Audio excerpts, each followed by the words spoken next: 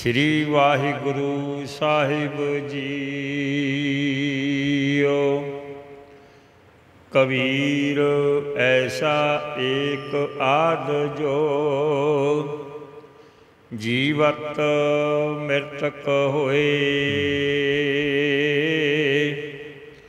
निरभय होए कै गुण रवै, जत पेखो तत सोए। कबीर ऐसा एक आद जो जीवत मृतक होए, निरभय होए कै गुण रवै, जत पेखो तत सोए। कबीर जा दिन हौ मूआ, पासै पया आनंद, मोहे मिलियो प्रभ अपना, संगी भजह गोबिंद।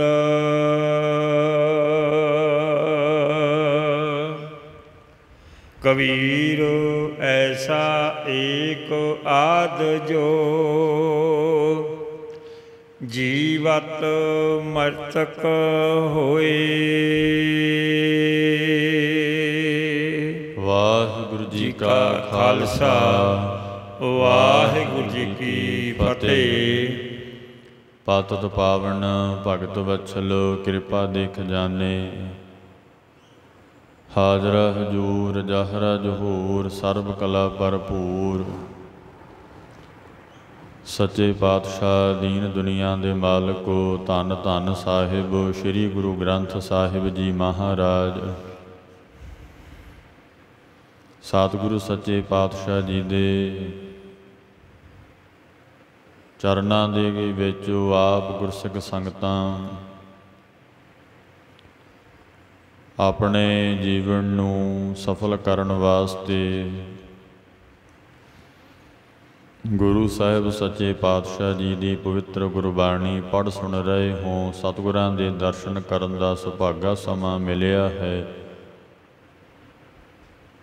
आओ सतगुरु सच्चे पातशाह जी की कृपा सदका ब्रह्म ज्ञानी महाराज बाबा कबीर साहब जी के पवित्र सलोकां की कथा जो कल रोज़ तो आरंभ हुई है, सतगुरु सच्चे पातशाह जी महाराज धन गुरु अर्जन देव जी साहब सच्चे पातशाह भाई साहब भाई गुरदास जी तो भगतां की बाणी लिखवा रहे हैं। ओ भगत साध संगत जी जिन्हां दे और अकाल पुरख वाहिगुरु दे विच कोई अंतर भेद नहीं है। संत अनंत है अंतर नाही। महाराज कहंदे संतां दे विच ते वाहिगुरु परमेश्वर विच कोई अंतर नहीं जे। भगत दा भाव की है? भब्बे अखर दा भाव है साध संगत जी सतगुरु वाहिगुरु परमेश्वर नाल भाओ प्रेम करना। और भै दा भब्बे दा अर्थ भाव है भै रखना। वाहिगुरु परमेश्वर अकाल पुरख दा भै रख के ते भाओ। असल दे विच जिथे डर है प्यार उत्थे ही है। जिथे किसी दा डर नहीं उत्थे प्यार नहीं है। ते साध संगत जी गुरु साहिब सच्चे पातशाह दा अकाल पुरख दा डर होवेगा ते प्रेम लगेगा मन नूं। भाओ प्रेम करेगा। महाराज नाल प्रेम है ना तेरा ते अंदर तेरे भाओ भौ डर होवेगा। हुण गुरु गोबिंद सिंह कलगियां वाले नाल जे प्रेम है तेरा भाओ है ते वाहिगुरु परमेश्वर तो गुरु साहिब तो डर के रहेगा। ਮਾੜੇ ਕਰਮ ਨਹੀਂ ਕਰੇਗਾ, ਮਾੜਾ ਨਹੀਂ ਸੋਚੇਗਾ, ਬੋਲੇਗਾ, ਕਰੇਗਾ ਹੱਥਾਂ ਦੇ ਨਾਲ ਡਰ ਹੈ। ਸਤਿਗੁਰਾਂ ਨੇ ਹੱਥ ਦੇ ਵਿੱਚ ਕੜਾ ਪਵਾਇਆ ਹੈ।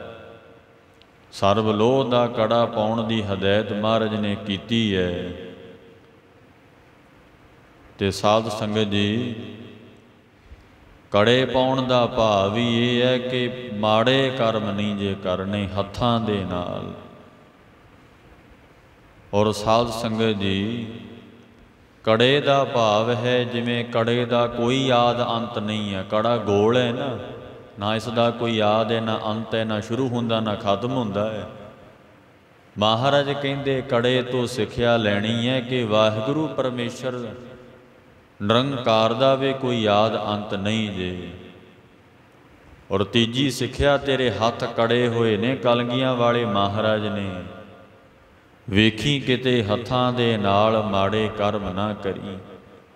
ਇਹ ਹੱਥਾਂ ਦੇ ਨਾਲ ਪਰਾਏ ਸਰੀਰ ਨੂੰ ਨਾ ਮਹਾਰਾਜ ਕਹਿੰਦੇ ਹੱਥ ਲਾਵੀਂ, ਪਰਾਏ ਧਨ ਨੂੰ ਹੱਥ ਨਾ ਲਾਵੀਂ, ਤੇ ਪਰਾਏ ਤਨ ਨੂੰ ਵੀ ਹੱਥ ਨਾ ਲਾਵੀਂ। ਇਸ ਹੱਥਾਂ ਦੇ ਨਾਲ ਸਤਿਗੁਰੂ ਦਾ ਦਰਸ਼ ਮਹਾਰਾਜ ਸੱਚੇ ਪਾਤਸ਼ਾਹ ਜੀ ਦੇ ਚਰਨ ਪਰਸ। ਇਸ ਹੱਥਾਂ ਦੇ ਨਾਲ ਸਤਿਗੁਰੂ ਜੀ ਦੀ ਸੇਵਾ ਕਰ। ਇਸ ਹੱਥਾਂ ਦੇ ਨਾਲ ਗੁਰੂ ਸਾਹਿਬ ਦੇ ਵਸਤਰ ਦਾ ਇਸ਼ਨਾਨ ਕਰਾ ਕੇ ਲਾਇਆ ਕਰ। ਇਸ ਹੱਥਾਂ ਦੇ ਨਾਲ ਬਰਤਨ ਮਾਂਜ, ਜੋੜੇ ਝਾੜ, ਗੁਰੂ ਘਰ ਆ ਕੇ ਝਾੜੂ ਦੇ। ਹੱਥ ਪਵਿੱਤਰ ਨੇ ਕਿਉਂ? ਹੱਥ ਗੁਰੂ ਕਲਗੀਧਰ ਜੀ ਦੇ ਨੇ। ਇਸ ਕਰਕੇ ਇਹ ਭੈ ਰੱਖਣਾ। ਫਿਰ ਗੱਗੇ ਦਾ ਭਾਵ ਹੈ ਗਿਆਨ। ਜਿਸ ਦੇ ਅੰਦਰ ਬ੍ਰਹਮ ਆਤਮਿਕ ਗਿਆਨ ਹੈ, ਉਹ ਭਗਤ ਦਾ ਇੱਕ ਲੱਛਣ ਹੈ। ਤੇ ਤੱਤੇ ਅਰਥ ਦਾ ਭਾਵ ਹੈ ਤਿਆਗ। ਦੁਨੀਆ ਦੇ ਪਦਾਰਥਾਂ ਦਾ ਤਿਆਗ ਕਰ ਦੇਣਾ, ਮਨੋ ਤਿਆਗ ਕਰਨਾ। ਸਾਧ ਸੰਗਤ ਜੀ, ਸਰੀਰਕ ਤਿਆਗ ਨਹੀਂ ਕਰਨਾ। ਕੱਪੜੇ ਦਾ ਤਿਆਗ ਕਰ ਦੇਵੋਗੇ, ਨੰਗੇ ਰਹੋਗੇ। ਸਿੱਖ ਪੰਥ ਵਿੱਚ ਤੇ ਸਿਧਾਂਤ ਹੀ ਨਹੀਂ ਹੈ ਨੰਗੇ ਰਹਿਣ ਦਾ। ਮਹਾਰਾਜ ਦਾ ਬਚਨ ਆਉਂਦਾ ਗੌੜੀ ਰਾਗ 'ਚ, ਕਬੀਰ ਸਾਹਿਬ ਵੀ ਕਹਿੰਦੇ ਨੇ, ਜਿਨ੍ਹਾਂ ਦੇ ਆਪਾਂ ਸ਼ਲੋਕ ਸੁਣ ਰਹੇ ਹਾਂ। ਨਗਨ ਫਿਰਤ ਜੋ ਪਾਈਐ ਜੋਗ, ਬਨ ਕਾ ਮਿਰਗ ਮੁਕਤ ਸਭ ਹੋਗ। ਨੰਗੇ ਰਹਿਣ ਨਾਲ ਜੇ ਮੁਕਤੀ ਮਿਲਦੀ ਹੋਵੇ, ਮਹਾਰਾਜ ਕਹਿੰਦੇ ਹਿਰਨ ਤੇ ਜਾਨਵਰ ਨੰਗੀ ਰਹਿੰਦੇ ਨੇ, ਕਿਹੜਾ ਕੋਈ ਕੱਪੜਾ ਪਾਇਆ ਹੈ। ਇਹੀ ਕਹਿੰਦੀ ਨਾ ਗੌੜੀ ਰਾਗ 'ਚ, ਨਗਨ ਫਿਰਤ ਜੋ ਪਾਈਐ ਜੋਗ, ਬਨ ਕਾ ਮਿਰਗ ਮੁਕਤ ਸਭ ਹੋਗ। ਮਹਾਰਾਜ ਦਾ ਬਚਨ ਹੈ। ਇਸ ਕਰਕੇ ਮਨੋ ਤਿਆਗ ਕਰਨਾ, ਸਰੀਰਕ ਤਿਆਗ ਨਹੀਂ। ਕੱਪੜੇ ਦਾ ਤਿਆਗ ਕਰ ਦੇਵੋਗੇ, ਨੰਗੇ ਰਹੋਗੇ, ਕੀ ਨਹੀਂ, ਇਹ ਹੋ ਨਹੀਂ ਸਕਦਾ। ਮਨੋ ਤਿਆਗ, ਅਟੈਚਮੈਂਟ ਨਾ ਹੋਵੇ, ਬਹੁਤਾ ਪ੍ਰੇਮ ਪਿਆਰ ਨਾ ਹੋਵੇ। ਕਿ ਮਹਾਰਾਜ ਦਾ ਬਚਨ ਹੈ ਨਾ, ਬਾਬਾ ਐਸਾ ਪਹਿਨਣ ਖੁਸ਼ੀ ਖੁਆਰ, ਜਿਤ ਪੈਦੇ ਤਨ ਪੀੜੀਏ ਮਨ ਮੈਂ ਚੱਲੇ ਵਿਕਾਰ। ਐਸਾ ਕੱਪੜਾ ਨਾ ਪਹਿਨ, ਐਸਾ ਵਸਤਰ ਨਾ ਪਹਿਨ, ਜਿਸ ਵਸਤਰ ਪਹਿਨਣੇ ਕਰਕੇ ਮਨ ਵਿਕਾਰੀ ਹੋਵੇ। ਅੱਜ ਕਲਯੁਗ ਦਾ ਸਮਾਂ ਵੇਖਿਆ ਹੀ ਹੈ ਅਸੀਂ। ਕਹਿੰਦੇ ਜੀ ਫੈਸ਼ਨ ਹੈ ਤੇ, ਤਾਂ ਵੇਖੋ ਪਹਿਲੇ ਸਮਿਆਂ, ਅੱਜ ਤੋਂ 40-50 ਸਾਲ ਪਿੱਛੇ ਚੱਲ ਜਾਓ, 50 ਸਾਲ ਪਿੱਛੇ, 40 ਸਾਲ ਪਿੱਛੇ ਚੱਲ ਜਾਓ। ਉਦੋਂ ਦੇ ਵਸਤਰਾਂ ਦੇ ਤੇ ਹੁਣ ਦੇ ਵਸਤਰਾਂ ਦਾ ਫਰਕ ਹੈ। ਪਰ ਗੁਰੂ ਸਾਹਿਬ ਕਹਿੰਦੇ, ਗੁਰੂ ਨਾਨਕ ਸਾਹਿਬ ਦਾ ਬਚਨ ਹੈ ਸ਼੍ਰੀ ਰਾਗ 'ਚ, ਮੈਨੂੰ ਦੱਸੋ ਗੁਰੂ ਗ੍ਰੰਥ ਸਾਹਿਬ 'ਚ ਕੀ ਨਹੀਂ ਲਿਖਿਆ। ਤੇ ਇਹ ਤੇ ਸਾਧ ਸੰਗਤ ਜੀ ਕਮਜ਼ੋਰੀਆਂ ਸਾਡੀਆਂ ਹੈ ਨਾ। ਮੱਥੇ ਟੇਕਿਆ 40-50 ਸਾਲ, 20-25 ਸਾਲ, ਆ ਪੜ੍ਹਿਆ ਕਿਤੇ, ਵੇਖਿਆ ਕਿਤੇ, ਸੁਣਿਆ? ਚਲੋ ਪੜ੍ਹੋ ਨਹੀਂ, ਸੁਣੀ ਲਓ ਕਿਸੇ ਵਿਦਵਾਨ ਪਾਸੋਂ, ਮਹਾਂਪੁਰਖ ਪਾਸੋਂ। ਮਹਾਰਾਜ ਕਹਿੰਦੇ ਬਾਬਾ ਐਸਾ ਪਹਿਨਣ ਖੁਸ਼ੀ ਖੁਆਰ। ਤੈਨੂੰ ਖੁਸ਼ੀ ਤਾਂ ਮਿਲ ਜੂਗੀ, ਖੁਆਰ ਖਰਾਬ ਹੀ ਹੋਵੇਗਾ, ਦੁਖੀ ਹੋਵੇਗਾ। ਕਿਉਂ? ਜਿਤ ਪੈਦੇ ਤਨ ਪੀੜੀਏ ਮਨ ਮੈਂ ਚੱਲਹਿ ਵਿਕਾਰ। ਸਾਧ ਸੰਗਤ ਜੀ, ਹੁਣ ਉਹ ਵਸਤਰ ਪਹਿਨਣ ਦੇ ਨਾਲ ਕਹਿੰਦੇ ਜੀ ਇਹ ਤੇ ਆਜ਼ਾਦੀ ਹੈ। ਇਹ ਕਿਉਂ ਭੁੱਲ ਜਾਂਦੇ ਹੋ? ਅੱਖਾਂ, ਮਨ ਦਾ, ਮਨ ਪ੍ਰਭਾਵਿਤ ਹੁੰਦਾ ਦੇਖਣ ਦੇ ਨਾਲ, ਮਨ ਪ੍ਰਭਾਵਿਤ ਹੁੰਦਾ ਸੁਣਨ ਦੇ ਨਾਲ। ਜੋ ਤੁਸੀਂ ਮਾੜਾ ਵੇਖੋਗੇ ਮਨ 'ਤੇ ਪ੍ਰਭਾਵ ਹੋਵੇਗਾ। ਤੇ ਗੁਰੂ ਸਾਹਿਬ ਕਹਿੰਦੇ ਤਨ ਢੱਕ ਕੇ ਰੱਖਣਾ, ਢੱਕ ਕੇ ਰੱਖਣਾ ਬਚਨ ਹੈ ਮਹਾਰਾਜ ਦਾ। ਇਸ ਕਰਕੇ ਤਿਆਗ, ਅੰਦਰੋਂ ਤਿਆਗ ਹੋਵੇ, ਅਟੈਚਮੈਂਟ ਨਾ ਹੋਵੇ ਮਾਇਆ ਨਾਲ, ਕੱਪੜੇ ਨਾਲ, ਖਾਣ ਪੀਣ ਨਾਲ। ਉਸ ਨੂੰ ਭਗਤ ਆਖਿਆ ਹੈ। ਭੱਬੇ ਦਾ ਭਾਵ ਹੈ ਪ੍ਰੇਮ ਕਰਨਾ, ਭਾਉ, ਭਾਉ ਨਾਮ ਪ੍ਰੇਮ ਦਾ। ਗੱਗੇ ਦਾ ਭਾਵ ਹੈ ਗਿਆਨ, ਆਤਮਿਕ ਗਿਆਨ। ਤੱਤੇ ਤੋਂ ਭਾਵ ਲੈਣਾ ਤਿਆਗ।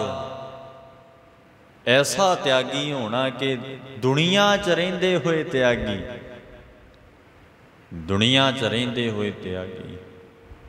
ਮੈਂ ਬਚਨ ਕੀਤਾ ਸੀ ਕਥਾ 'ਚ ਇੱਕ ਵਾਰ ਕਿ ਮਾਇਆ ਨਹੀਂ ਤਿਆਗਣੀ। ਜਿਹੇ ਮਾਇਆ ਮਮਤਾ ਤਜੀ ਹੈ, ਮਾਇਆ ਦੀ ਮਮਤਾ ਛੱਡਣੀ ਹੈ, ਮਾਇਆ ਨਹੀਂ ਛੱਡਣੀ। ਮਾਇਆ ਛੱਡਣੀ ਹੁੰਦੀ। ਗੁਰੂ ਕਲਗੀਆਂ ਵਾਲੇ ਕਿਉਂ ਸੀਸ ਦੇ ਹੀਰੇ ਮੋਤੀ ਜੜੇ ਕਲਗੀਆਂ ਲਾਉਂਦੇ ਐ? ਕਿਉਂ ਗਲਾਂ ਵਿੱਚ ਮਹਾਰਾਜ ਦੇ ਮੋਤੀਆਂ ਦੀ ਮਾਲਾ ਪਾਈ ਹੈ? ਕਿਉਂ ਮਹਾਰਾਜ ਦੇ ਹੱਥਾਂ ਵਿੱਚ ਸੋਨੇ ਦੇ ਕੰਗਣ ਪਾਏ ਨੇ? ਸਾਧ ਸੰਗਤ ਜੀ, ਮਾਇਆ ਨਹੀਂ ਤਿਆਗਣੀ, ਮਮਤਾ ਮੋਹ ਤਿਆਗਣਾ। ਬਸ ਇਹੀ ਕਬੀਰ ਸਾਹਿਬ ਜੀ ਸ਼ਲੋਕਾਂ 'ਚ ਸਮਝਾਉਂਦੇ ਐ। ਆਓ ਆਪਣੇ ਮਨ ਚਿੱਤ ਬਿਰਤੀਆਂ ਨੂੰ ਇਕਾਗਰ ਕਰਕੇ ਸਰਵਣ ਕਰੀਏ। ਮਹਾਰਾਜ ਭਗਤ ਕਬੀਰ ਸਾਹਿਬ ਸੱਚੇ ਪਾਤਸ਼ਾਹ ਜੀ, ਸਾਧ ਸੰਗਤ ਜੀ, ਬ੍ਰਹਮ ਗਿਆਨੀ ਨੇ, ਬ੍ਰਹਮ ਦਾ ਗਿਆਨ ਹੈ ਇਹਨਾਂ ਨੂੰ। ਅਕਾਲ ਪੁਰਖ ਵਾਹਿਗੁਰੂ ਦੀ ਕਿਰਪਾ ਹੋਈ ਹੈ। ਵਾਹਿਗੁਰੂ ਪਰਮੇਸ਼ਰ ਦਾ ਭਜਨ ਕਰਕੇ ਬ੍ਰਹਮ ਗਿਆਨੀ ਹੋ ਗਏ। ਆਖਣ ਲੱਗੇ ਨੇ ਫਿਰ ਦੁਨੀਆ ਨੂੰ ਹੁਣ ਪਰਮ ਉਪਦੇਸ਼ ਬਖਸ਼ਦੇ ਐ। ਜਿਹੜੇ ਸੰਤ ਹੁੰਦੇ ਐ ਇਹ ਵਾਹਿਗੁਰੂ ਦੇ ਨਿਤ ਅਵਤਾਰ ਹੁੰਦੇ ਐ। ਸੰਸਾਰ ਦੀ ਦੁਨੀਆ ਦੀ ਮਰਿਆਦਾ ਨੂੰ ਬਰਕਰਾਰ ਰੱਖਣ ਵਾਸਤੇ, ਵਾਹਿਗੁਰੂ ਪਰਮੇਸ਼ਰ ਦੀ ਮਰਿਆਦਾ ਨੂੰ ਔਰ ਧਰਮ ਨੂੰ ਸਾਧ ਸੰਗਤ ਜੀ ਸਥਿਰ ਰੱਖਣ ਵਾਸਤੇ ਸਰੀਰ ਧਾਰਦੇ ਐ। ਹਰ ਜੁਗ ਜੁਗ ਭਗਤ ਉਪਾਇਆ। ਹਰੇਕ ਯੁੱਗਾਂ 'ਚ ਮਹਾਰਾਜ ਨੇ ਸੰਤ ਭਗਤ ਪੈਦਾ ਕੀਤੇ ਨੇ। ਸਾਧ ਸੰਗਤ ਜੀ, ਜੇ ਮਨ ਕਰਨਾ ਹੋ ਅਗੇ ਜੀ ਸ਼ਾਂਤੀ ਨਹੀਂ ਹੁੰਦੇ, ਅਗੇ ਭਗਤੀ ਨਹੀਂ ਹੁੰਦੇ। ਅੱਛਾ, ਰੋਜ਼ ਪੜ੍ਹਨਾ ਹਰ ਜੁਗ ਜੁਗ ਭਗਤ ਉਪਾਇਆ। ਸਟੇਜਾਂ 'ਤੇ ਬਹਿ ਕੇ ਆਖਣਾ ਜੀ ਸ਼ਾਂਤੀ ਨਹੀਂ ਹੁੰਦਾ ਕੋਈ ਹੈਗਾ ਇਹੋ ਜਿਹਾ। ਸਾਧ ਸੰਗਤ ਜੀ, ਕਈ ਪ੍ਰਚਾਰਕ ਮਸ਼ੀਨਰੀ ਲਾਣਾ ਨਾ ਜਿੰਨਾ, ਉਹ ਕਹਿੰਦੇ ਜੀ ਸ਼ਾਂਤੀ ਨਹੀਂ ਹੁੰਦੇ, ਸ਼ਾਂਤੀ ਨਹੀਂ ਹੁੰਦੇ। ਤੇ ਮਹਾਰਾਜ ਕਹਿੰਦੇ ਹਰ ਜੁਗ ਜੁਗ ਭਗਤ ਉਪਾਇਆ। ਹਰੀ ਨੇ ਤੇ ਸੰਤ ਭਗਤ ਪੈਦਾ ਕੀਤੇ ਹੈ। ਹੁਣ ਦੱਸੋ ਗੱਲ ਉੱਥੇ ਕੰਪੈਰੀਜ਼ਨ ਕਰਕੇ, ਤੁਲਨਾ ਕਰਕੇ ਵੇਖੋ ਵੀ ਠੀਕ ਵਹਿੰਦੀ ਹੈ ਗੱਲ? ਨਹੀਂ ਨਾ। ਇਉਂ ਸਾਧ ਸੰਗਤ ਜੀ ਅਧੂਰਾ ਗਿਆਨ ਸਾਰੇ ਪੰਗੇ ਪਾਉਂਦਾ ਹੈ। ਇਸ ਕਰਕੇ ਉਹ ਸੰਤ ਮਹਾਤਮਾ ਮਹਾਰਾਜ ਭਗਤ ਜੀ ਹੋਏ। ਆਓ ਮਹਾਰਾਜ ਦੇ ਸ਼ਲੋਕ ਸੁਣੀਏ। ਸਤਿਗੁਰੂ ਜੀ ਕੀ ਬਚਨ ਕਰਦੇ ਹਨ?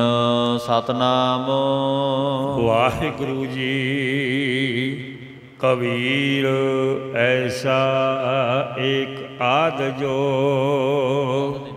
ਸਾਧ ਸੰਗਤ ਜੀ, ਭਗਤ ਕਬੀਰ ਸਾਹਿਬ ਜੀ ਕਥਨ ਕਰਦੇ ਐ। ਮਹਾਰਾਜ ਸੱਚੇ ਪਾਤਸ਼ਾਹ ਜੀ ਨੂੰ ਪੁੱਛਿਆ, ਮਹਾਰਾਜ ਇਹੋ ਜਿਹਾ ਕੋਈ ਪੂਰਨ ਪੁਰਖ ਆਤਮਿਕ ਗਿਆਨੀ ਹੈ ਕੋਈ? ਕਬੀਰ ਸਾਹਿਬ ਜੀ ਬਚਨ ਉਚਾਰਨ ਕਰਦੇ ਹਨ। ਕਬੀਰ ਐਸਾ ਏਕ ਆਦ। ਮਹਾਰਾਜ ਕਹਿੰਦੇ ਭਾਈ ਦੁਨੀਆ ਦੇ ਵਿੱਚ ਇੱਕ ਅੱਧਾ ਹੀ ਹੈ। ਸਤਿਗੁਰੂ ਜੀ ਆਖਣ ਲੱਗੇ, ਭਗਤ ਜੀ ਕਹਿਣ ਲੱਗੇ ਇਹੋ ਜਿਹਾ ਪੁਰਖ ਕੋਈ ਇੱਕ ਅੱਧਾ ਹੀ ਹੈ ਭਾਈ ਦੁਨੀਆ ਤੇ। ਜੋ ਜੀਵਤ ਮਿਰਤਕ ਹੋਏ। ਜਿਹੜਾ ਕਹਿੰਦੇ ਜੀਵਤ ਮਿਰਤਕ ਹੋਏ, ਜਿਹੜਾ ਸਾਧ ਸੰਗਤ ਜੀ ਜੀਵਤ ਭਾਵ ਵੱਲੋਂ ਮਰਿਆ ਹੋਇਆ ਏ। ਭਾਵ ਕਿ ਜਿਉਂਦਾ ਹੀ ਸੰਸਾਰ ਵੱਲੋਂ ਮਰਿਆ। ਕਿਵੇਂ ਜਿਉਂਦਾ ਸੰਸਾਰ ਵੱਲੋਂ? ਦੁਨੀਆ ਦੇ ਕੋਈ ਗੱਲ, ਕੋਈ ਰੀਤੀ ਮਨ 'ਤੇ ਨਹੀਂ ਪ੍ਰਭਾਵ ਕਰਦੀ, ਉਹਨੂੰ ਕਹਿੰਦੇ ਨੇ ਜਿਉਂਦਾ ਮਰਿਆ ਹੋਇਆ। ਹੁਣ ਉਹ ਜੀਵ ਇੱਕ ਅੱਧਾ ਹੀ ਹੈ। ਮਹਾਰਾਜ ਕਹਿੰਦੇ ਜਿਹੜਾ ਵਾਹਿਗੁਰੂ ਦੀ ਪੂਰਨ ਆਗਿਆ 'ਚ ਰਹਿੰਦਾ। ਨਹੀਂ ਤੇ ਸਾਧ ਸੰਗਤ ਜੀ ਕਹਿੰਦੇ ਆ ਜੀ, ਕਿਉਂਕਿ ਦੁਨੀਆ ਤੇ ਵਾਹਿਗੁਰੂ ਪਰਮੇਸ਼ਰ ਦਾ ਸਾਧ ਸੰਗਤ ਜੀ ਹਿਸਾਬ ਕਿਤਾਬ ਵੱਖੋ ਵੱਖਰਾ ਹੈ। ਦੁਨੀਆ ਮਨ ਮਗਰ ਲੱਗਣ ਵਾਲੀ ਹੈ, ਮਨਮੁਖਤਾਈ ਹੈ, ਅਗਿਆਨਤਾ ਵਿੱਚ ਡੁੱਬੀ ਹੋਈ ਹੈ, ਅਵਿਦਿਆ ਇਹਦੇ ਅੰਦਰ ਹੈ, ਵਿਕਾਰੀ ਹੈ। ਪਰਮੇਸ਼ਰ ਸ਼ੁੱਧ ਸਰੂਪ ਬ੍ਰਹਮ ਹੈ। ਸਾਧ ਸੰਗਤ ਜੀ, ਇਸੇ ਕਰਕੇ ਭਗਤ ਜੀ ਕਹਿਣ ਲੱਗੇ ਇੱਕ ਅੱਧਾ ਹੀ ਹੈ ਭਾਈ, ਜਿਹੜਾ ਜੀਵਤ ਭਾਵ ਤੋਂ ਮਰਿਆ ਹੋਇਆ ਏ, ਜਿਉਂਦਾ ਹੀ ਸੰਸਾਰ ਵੱਲੋਂ ਮਰਿਆ ਹੁੰਦਾ ਆ। ਸੱਚੇ ਪਾਤਸ਼ਾਹ ਜੀ ਇਉਂ ਦੱਸਦੇ ਹਨ, ਜੋ ਜੀਵਤ ਮਿਰਤਕ ਹੋਏ। ਆਖਣ ਲੱਗੇ ਜਿਹੜਾ ਜਿਉਂਦਿਆਂ ਹੀ ਮਰਿਆ ਹੋਇਆ ਮਿਰਤਕ ਹੈ, ਉਹ ਭਾਈ ਇੱਕ ਅੱਧਾ ਹੀ ਹੈ ਸੰਸਾਰ ਦੇ ਅੰਦਰ। ਇਸੇ ਕਰਕੇ ਤੇ ਮਹਾਰਾਜ ਨੇ ਆਖਿਆ ਨਾ, ਕੋਟਣ ਮੈਂ ਨਾਨਕ ਕਹੂ ਨਾਰਾਇਣ ਜਿਹ ਚੀਤ। ਇਸੇ ਤਰ੍ਹਾਂ ਸਤਿਗੁਰੂ ਤੇਗ ਬਹਾਦਰ ਸਾਹਿਬ ਜੀ ਮਹਾਰਾਜ ਨੇ ਆਖਿਆ, ਮਹਾਰਾਜ ਸਤਿਗੁਰੂ ਜੀ ਕਹਿੰਦੇ ਕਿ ਕਿਨਹੂ ਗੁਰਮੁਖ ਹੋਏ ਪਛਾਨਾ, ਗੁਰਮੁਖ ਹੋਏ ਪਛਾਨਾ। ਜਨ ਨਾਨਕ ਕੋਟਣ ਮੈਂ ਕਹੂ ਗੁਰਮੁਖ ਹੋਏ ਪਛਾਨਾ। ਭਾਈ ਕਰੋੜਾਂ 'ਚ ਇੱਕ ਅੱਧਾ ਹੀ ਹੈ ਜਿਹੜਾ ਮੁਖੀ ਗੁਰੂ ਵਾਹਿਗੁਰੂ ਪਰਮੇਸ਼ਰ ਜੀ ਦੇ ਅਕਾਲ ਪੁਰਖ ਦੀ ਹਸਤੀ ਨੂੰ ਪਛਾਨਣਾ ਪਹਿਚਾਨਣ ਵਾਲਾ ਹੈ, ਜਿਹੜਾ ਜੀਵਤ ਭਾਵ ਤੋਂ ਮਰ ਗਿਆ, ਜਿਸ ਤੇ ਦੁਨੀਆ ਦੇ ਪਦਾਰਥਾਂ ਦਾ ਮੋਹ ਦਾ, ਮਮਤਾ, ਹੰਕਾਰ ਦਾ, ਦੁਨੀਆ ਦੀਆਂ ਗੱਲਾਂ ਦਾ। ਜਿਵੇਂ ਪੰਜਵੇਂ ਪਾਤਸ਼ਾਹ ਜੀ ਨੇ ਇੱਕ ਬਚਨ ਕੀਤਾ ਆਸਾ ਰਾਗ ਦੇ ਵਿੱਚ, ਮਹਾਰਾਜ ਕਹਿੰਦੇ ਦੁਤੀਆ ਤਿਆਗੀ ਲੋਗਾ ਰੀਤ। ਮੈਂ ਕਹਿੰਦੇ ਪਹਿਲਾਂ ਪ੍ਰਥਮੈ, ਉਹ ਕਹਿੰਦੇ ਪਹਿਲਾਂ ਮੈਂ ਹੰਕਾਰ ਨੂੰ ਤਿਆਗਿਆ ਤੇ ਫਿਰ ਆਖਿਆ ਕਿ ਮੈਂ ਦੁਨੀਆ ਦੀ ਜਿਹੜੀ ਰੀਤੀ ਹੈ ਨਾ, ਮਰਿਆਦਾ, ਉਹਨੂੰ ਤਿਆਗ ਦਿੱਤਾ। ਹੁਣ ਦੁਨੀਆ ਤੇ ਬਹੁਤ ਕੁਝ ਕਹਿੰਦੀ ਹੈ ਸਾਧ ਸੰਗਤ ਜੀ, ਇਹ ਜੀਵਤ ਭਾਵ ਇਹਨੂੰ ਕਹਿੰਦੇ ਨੇ ਕਿ ਜਿਉਂਦਿਆਂ ਹੀ ਮਰਿਆ ਹੋਣਾ ਸੰਸਾਰ ਵੱਲੋਂ, ਵਾਹਿਗੁਰੂ ਵੱਲੋਂ ਹੀ ਜਿਉਂਦੇ ਹੋਣਾ ਆ। ਅਸਲ ਦੇ ਵਿੱਚ ਉਹ ਇੱਕ ਅੱਧਾ ਹੀ ਹੈ ਸਾਧ ਸੰਗਤ ਜੀ, ਉਸ ਨੂੰ ਹੀ ਪੂਰਨ ਪੁਰਖ ਆਖਿਆ। ਮਹਾਰਾਜ ਕਹਿੰਦੇ ਜਨ ਨਾਨਕ ਕੋਟਣ ਮੈਂ ਕਹੂ ਭਜਨ ਰਾਮ ਕੋ ਪਾਵੇ। ਸਤਿਗੁਰੂ ਤੇਗ ਬਹਾਦਰ ਮਹਾਰਾਜ ਨਾਵੇਂ ਪਾਤਸ਼ਾਹ ਕਹਿੰਦੇ ਨੇ ਕਰੋੜਾਂ 'ਚ ਇੱਕ ਅੱਧਾ ਹੀ ਹੈ ਭਾਈ ਜਿਹੜਾ ਜੀਵਤ ਭਾਵ ਤੋਂ ਮਰਿਆ ਹੋਇਆ, ਨਹੀਂ ਤੇ ਦੁਨੀਆ ਦੇ ਰਸਾਂ ਕਸਾਂ 'ਚ ਹੀ ਜੁੜਿਆ ਹੋਇਆ ਜੀਵ ਰਹਿੰਦਾ ਆ। ਸਾਧ ਸੰਗਤ ਜੀ ਮਹਾਰਾਜ ਕਹਿੰਦੇ ਭਜਨ ਰਾਮ ਕੋ ਪਾਵੇ। ਇਹੋ ਜਿਹਾ ਕੋਈ ਦੁਨੀਆ ਤੇ ਇੱਕ ਅੱਧਾ ਹੀ ਹੈ ਜਿਹੜਾ ਵਾਹਿਗੁਰੂ ਪਰਮੇਸ਼ਰ ਦਾ ਭਜਨ ਕਰਦਾ, ਜਿਹੜਾ ਸਾਧ ਸੰਗਤ ਜੀ ਮਨ ਤਨ ਕਰਕੇ ਸਤਿਗੁਰਾਂ ਜੀ ਦੇ ਨਾਲ ਲਪਟਿਆ ਹੋਇਆ ਏ। ਦੀਨ ਦੁਨੀਆ ਦੇ ਸਤਿਗੁਰੂ ਜੀ ਇਉਂ ਬਚਨ ਕਰਦੇ ਐ। ਇਸੇ ਕਰਕੇ ਸਾਧ ਸੰਗਤ ਜੀ ਇੱਕ ਗਿਆਨਵਾਨ ਹੁੰਦਾ, ਇੱਕ ਜਗਿਆਸੂ ਹੁੰਦਾ। ਥੋੜਾ ਧਿਆਨ ਦਿਓ ਇੱਥੇ, ਜਿਹੜਾ ਗਿਆਨਵਾਨ ਪੁਰਖ ਹੁੰਦਾ ਨਾ, ਉਹ ਸਦਾ ਹੀ ਗਿਆਨਵਾਨ ਹੁੰਦਾ ਹੈ, ਉਹ ਸਾਧ ਸੰਗਤ ਜੀ ਕਦੇ ਬਦਲਦਾ ਨਹੀਂ ਹੈ। ਔਰ ਜਿਹੜਾ ਜਗਿਆਸੂ ਹੈ, ਜਗਿਆਸੂ ਦੇ ਅੰਦਰ ਕੁਝ ਨਾ ਕੁਝ ਸੰਸ਼ੇ ਰਹਿੰਦੇ ਹੈ ਜਗਿਆਸਾ ਤੇ ਉਹਦੇ ਅੰਦਰ ਹੁੰਦੀ ਹੈ ਵਾਹਿਗੁਰੂ ਪਰਮੇਸ਼ਰ ਦਾ ਦਰਸ਼ਨ ਕਰਨੀ, ਭਜਨ ਕਰਨੀ, ਪਰ ਫਿਰ ਵੀ ਸੰਸਾਰ ਵਿੱਚ ਥੋੜਾ ਜਿਹਾ ਮਨ ਉਹਦਾ ਲੱਗਿਆ ਹੀ ਹੁੰਦਾ ਆ। ਇਸੇ ਕਰਕੇ ਉਹ ਸੰਸ਼ੇ ਹੈ, ਉਹਦੇ ਅੰਦਰ ਸੰਸ਼ੇ ਰਹਿੰਦੇ ਨੇ, ਉਹਨਾਂ ਦਾ ਚਿੱਤ ਵਿਖੇਪ ਦੇ ਸਹਿਤ ਰਹਿੰਦਾ ਹੈ। ਇਉਂ ਸਾਧ ਸੰਗਤ ਜੀ ਜਗਿਆਸੂਆਂ ਦੇ ਅੰਦਰ ਕੁਝ ਸੰਸ਼ੇ ਬਣੇ ਹੀ ਰਹਿੰਦੇ ਹੈ। ਪਰ ਜਦੋਂ ਜਿਹੜਾ ਪੂਰਨ ਗਿਆਨੀ ਹੈ, ਉਹ ਸਾਧ ਸੰਗਤ ਜੀ ਪੂਰਨ ਗਿਆਨ ਸ਼ੁੱਧ ਸਰੂਪ ਗਿਆਨੀ ਹੁੰਦਾ ਆ। ਗਿਆਨਵਾਨ ਪੁਰਖ ਸੰਸ਼ਿਆਂ ਤੋਂ ਰਹਿਤ ਹੁੰਦਾ ਆ। ਇਸੇ ਕਰਕੇ ਮਹਾਰਾਜ ਕਹਿੰਦੇ, ਕਬੀਰ ਸਾਹਿਬ ਜੀ ਕਹਿੰਦੇ ਦੁਨੀਆ ਤੇ ਇੱਕ ਅੱਧਾ ਹੀ ਹੈ ਜਿਹੜਾ ਜੀਵਤ ਭਾਵ ਤੋਂ ਮਰਿਆ ਹੋਇਆ, ਦੁਨੀਆ ਵੱਲੋਂ ਮਰਿਆ ਹੋਇਆ, ਦੁਨੀਆ ਦੀ ਰੀਤੀ ਨੂੰ ਨਹੀਂ ਕਰਦਾ, ਉਹ ਸਤਿਗੁਰੂ ਦੀ ਰੀਤੀ ਨੂੰ, ਮਰਿਆਦਾ ਨੂੰ ਕਮਾਉਂਦਾ ਆ। ਕਿਉਂਕਿ ਉਹ ਜਾਣ ਲੈਂਦੇ ਆ ਕਿ ਮਰ ਕੇ ਤੇ ਵਾਹਿਗੁਰੂ ਕੋਲ ਹੀ ਜਾਣਾ, ਕਿਹੜਾ ਦੁਨੀਆ ਨੂੰ ਲੇਖਾ ਦੇਣਾ, ਲੇਖਾ ਤੇ ਗੁਰੂ ਸਾਹਿਬ ਨੂੰ ਹੀ ਦੇਣਾ ਨਾ। ਠਾਕੁਰ ਲੇਖਾ ਮਗਣਹਾਰ, ਠਾਕੁਰ ਨੂੰ ਵਾਹਿਗੁਰੂ ਨੂੰ ਹੀ ਲੇਖਾ ਦੇਣਾ ਨਾ। ਇਸੇ ਕਰਕੇ ਦੁਨੀਆ ਤੇ ਵਿਸ਼ਿਆਂ ਵਿਕਾਰਾਂ ਭੋਗਦੀ ਹੈ, ਵਿਸ਼ਿਆਂ ਵਿਕਾਰਾਂ 'ਚ ਲੱਗੇ ਕਰਕੇ ਅਗਿਆਨਤਾ ਹੈ, ਅਵਿਦਿਆ ਹੈ, ਪਾਪੀ ਹੈ, ਮੂਰਖ ਹੈ। ਇਸੇ ਕਰਕੇ ਤੇ ਭਾਈ ਮਹਾਰਾਜ ਕਬੀਰ ਜੀ ਦੱਸਦੇ ਹੈ ਦੁਨੀਆ ਤੇ ਇੱਕ ਅੱਧਾ ਹੀ ਪੁਰਸ਼ ਹੈ ਜਿਹੜਾ ਜੀਵਤ ਭਾਵ ਸੰਸਾਰ ਵੱਲੋਂ ਮਰਿਆ ਹੋਇਆ। ਨਿਰਭੈ ਹੋਏ ਕੈ ਗੁਣ ਰਵੈ। ਮਹਾਰਾਜ ਕਹਿੰਦੇ ਨਿਰਭਉ ਹੋ ਕੇ, ਜਿਹੜਾ ਭੈ ਤੋਂ ਰਹਿਤ ਹੋ ਕੇ ਵਾਹਿਗੁਰੂ ਦੇ ਗੁਣਾਂ ਨੂੰ ਉਚਾਰਦਾ ਹੈ, ਉਹ ਭਾਈ ਦੁਨੀਆ ਤੇ ਇੱਕ ਅੱਧਾ ਹੀ ਹੈ।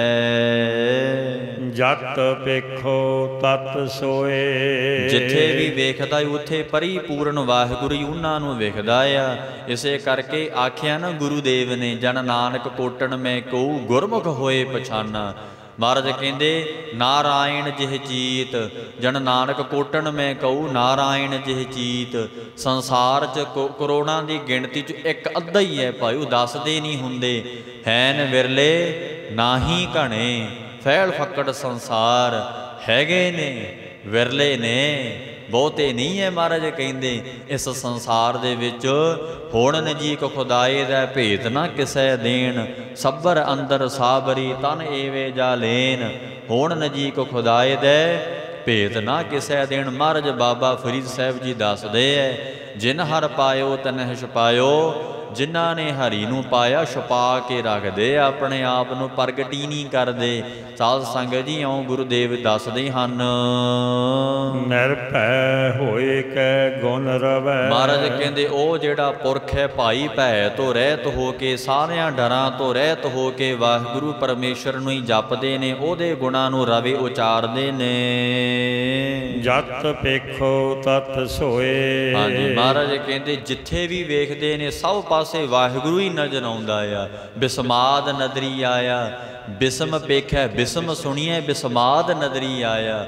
ਜਿਸ ਵਾਹਿਗੁਰੂ ਬਾਰੇ ਸੁਣਿਆ, ਜੈਸਾ ਸਤਿਗੁਰੂ ਸੁਣੀਂਦਾ, ਜਿਸ ਸਤਿਗੁਰੂ ਵਾਹਿਗੁਰੂ ਪਰਮੇਸ਼ਰ ਬਾਰੇ ਸੰਤਾਂ ਭਗਤਾਂ ਤੋਂ ਗੁਰੂ ਪਾਸੋਂ ਸੁਣਿਆ ਸੀ ਨਿਰੰਕਾਰ ਨੂੰ, ਅੱਜ ਉਹ ਨਿਰੰਕਾਰ ਅੱਖਾਂ ਨਾਲ ਵੇਖ ਲਿਆ। ਤੈਸੋ ਹੀ ਮੈਂ ਡੀਠ।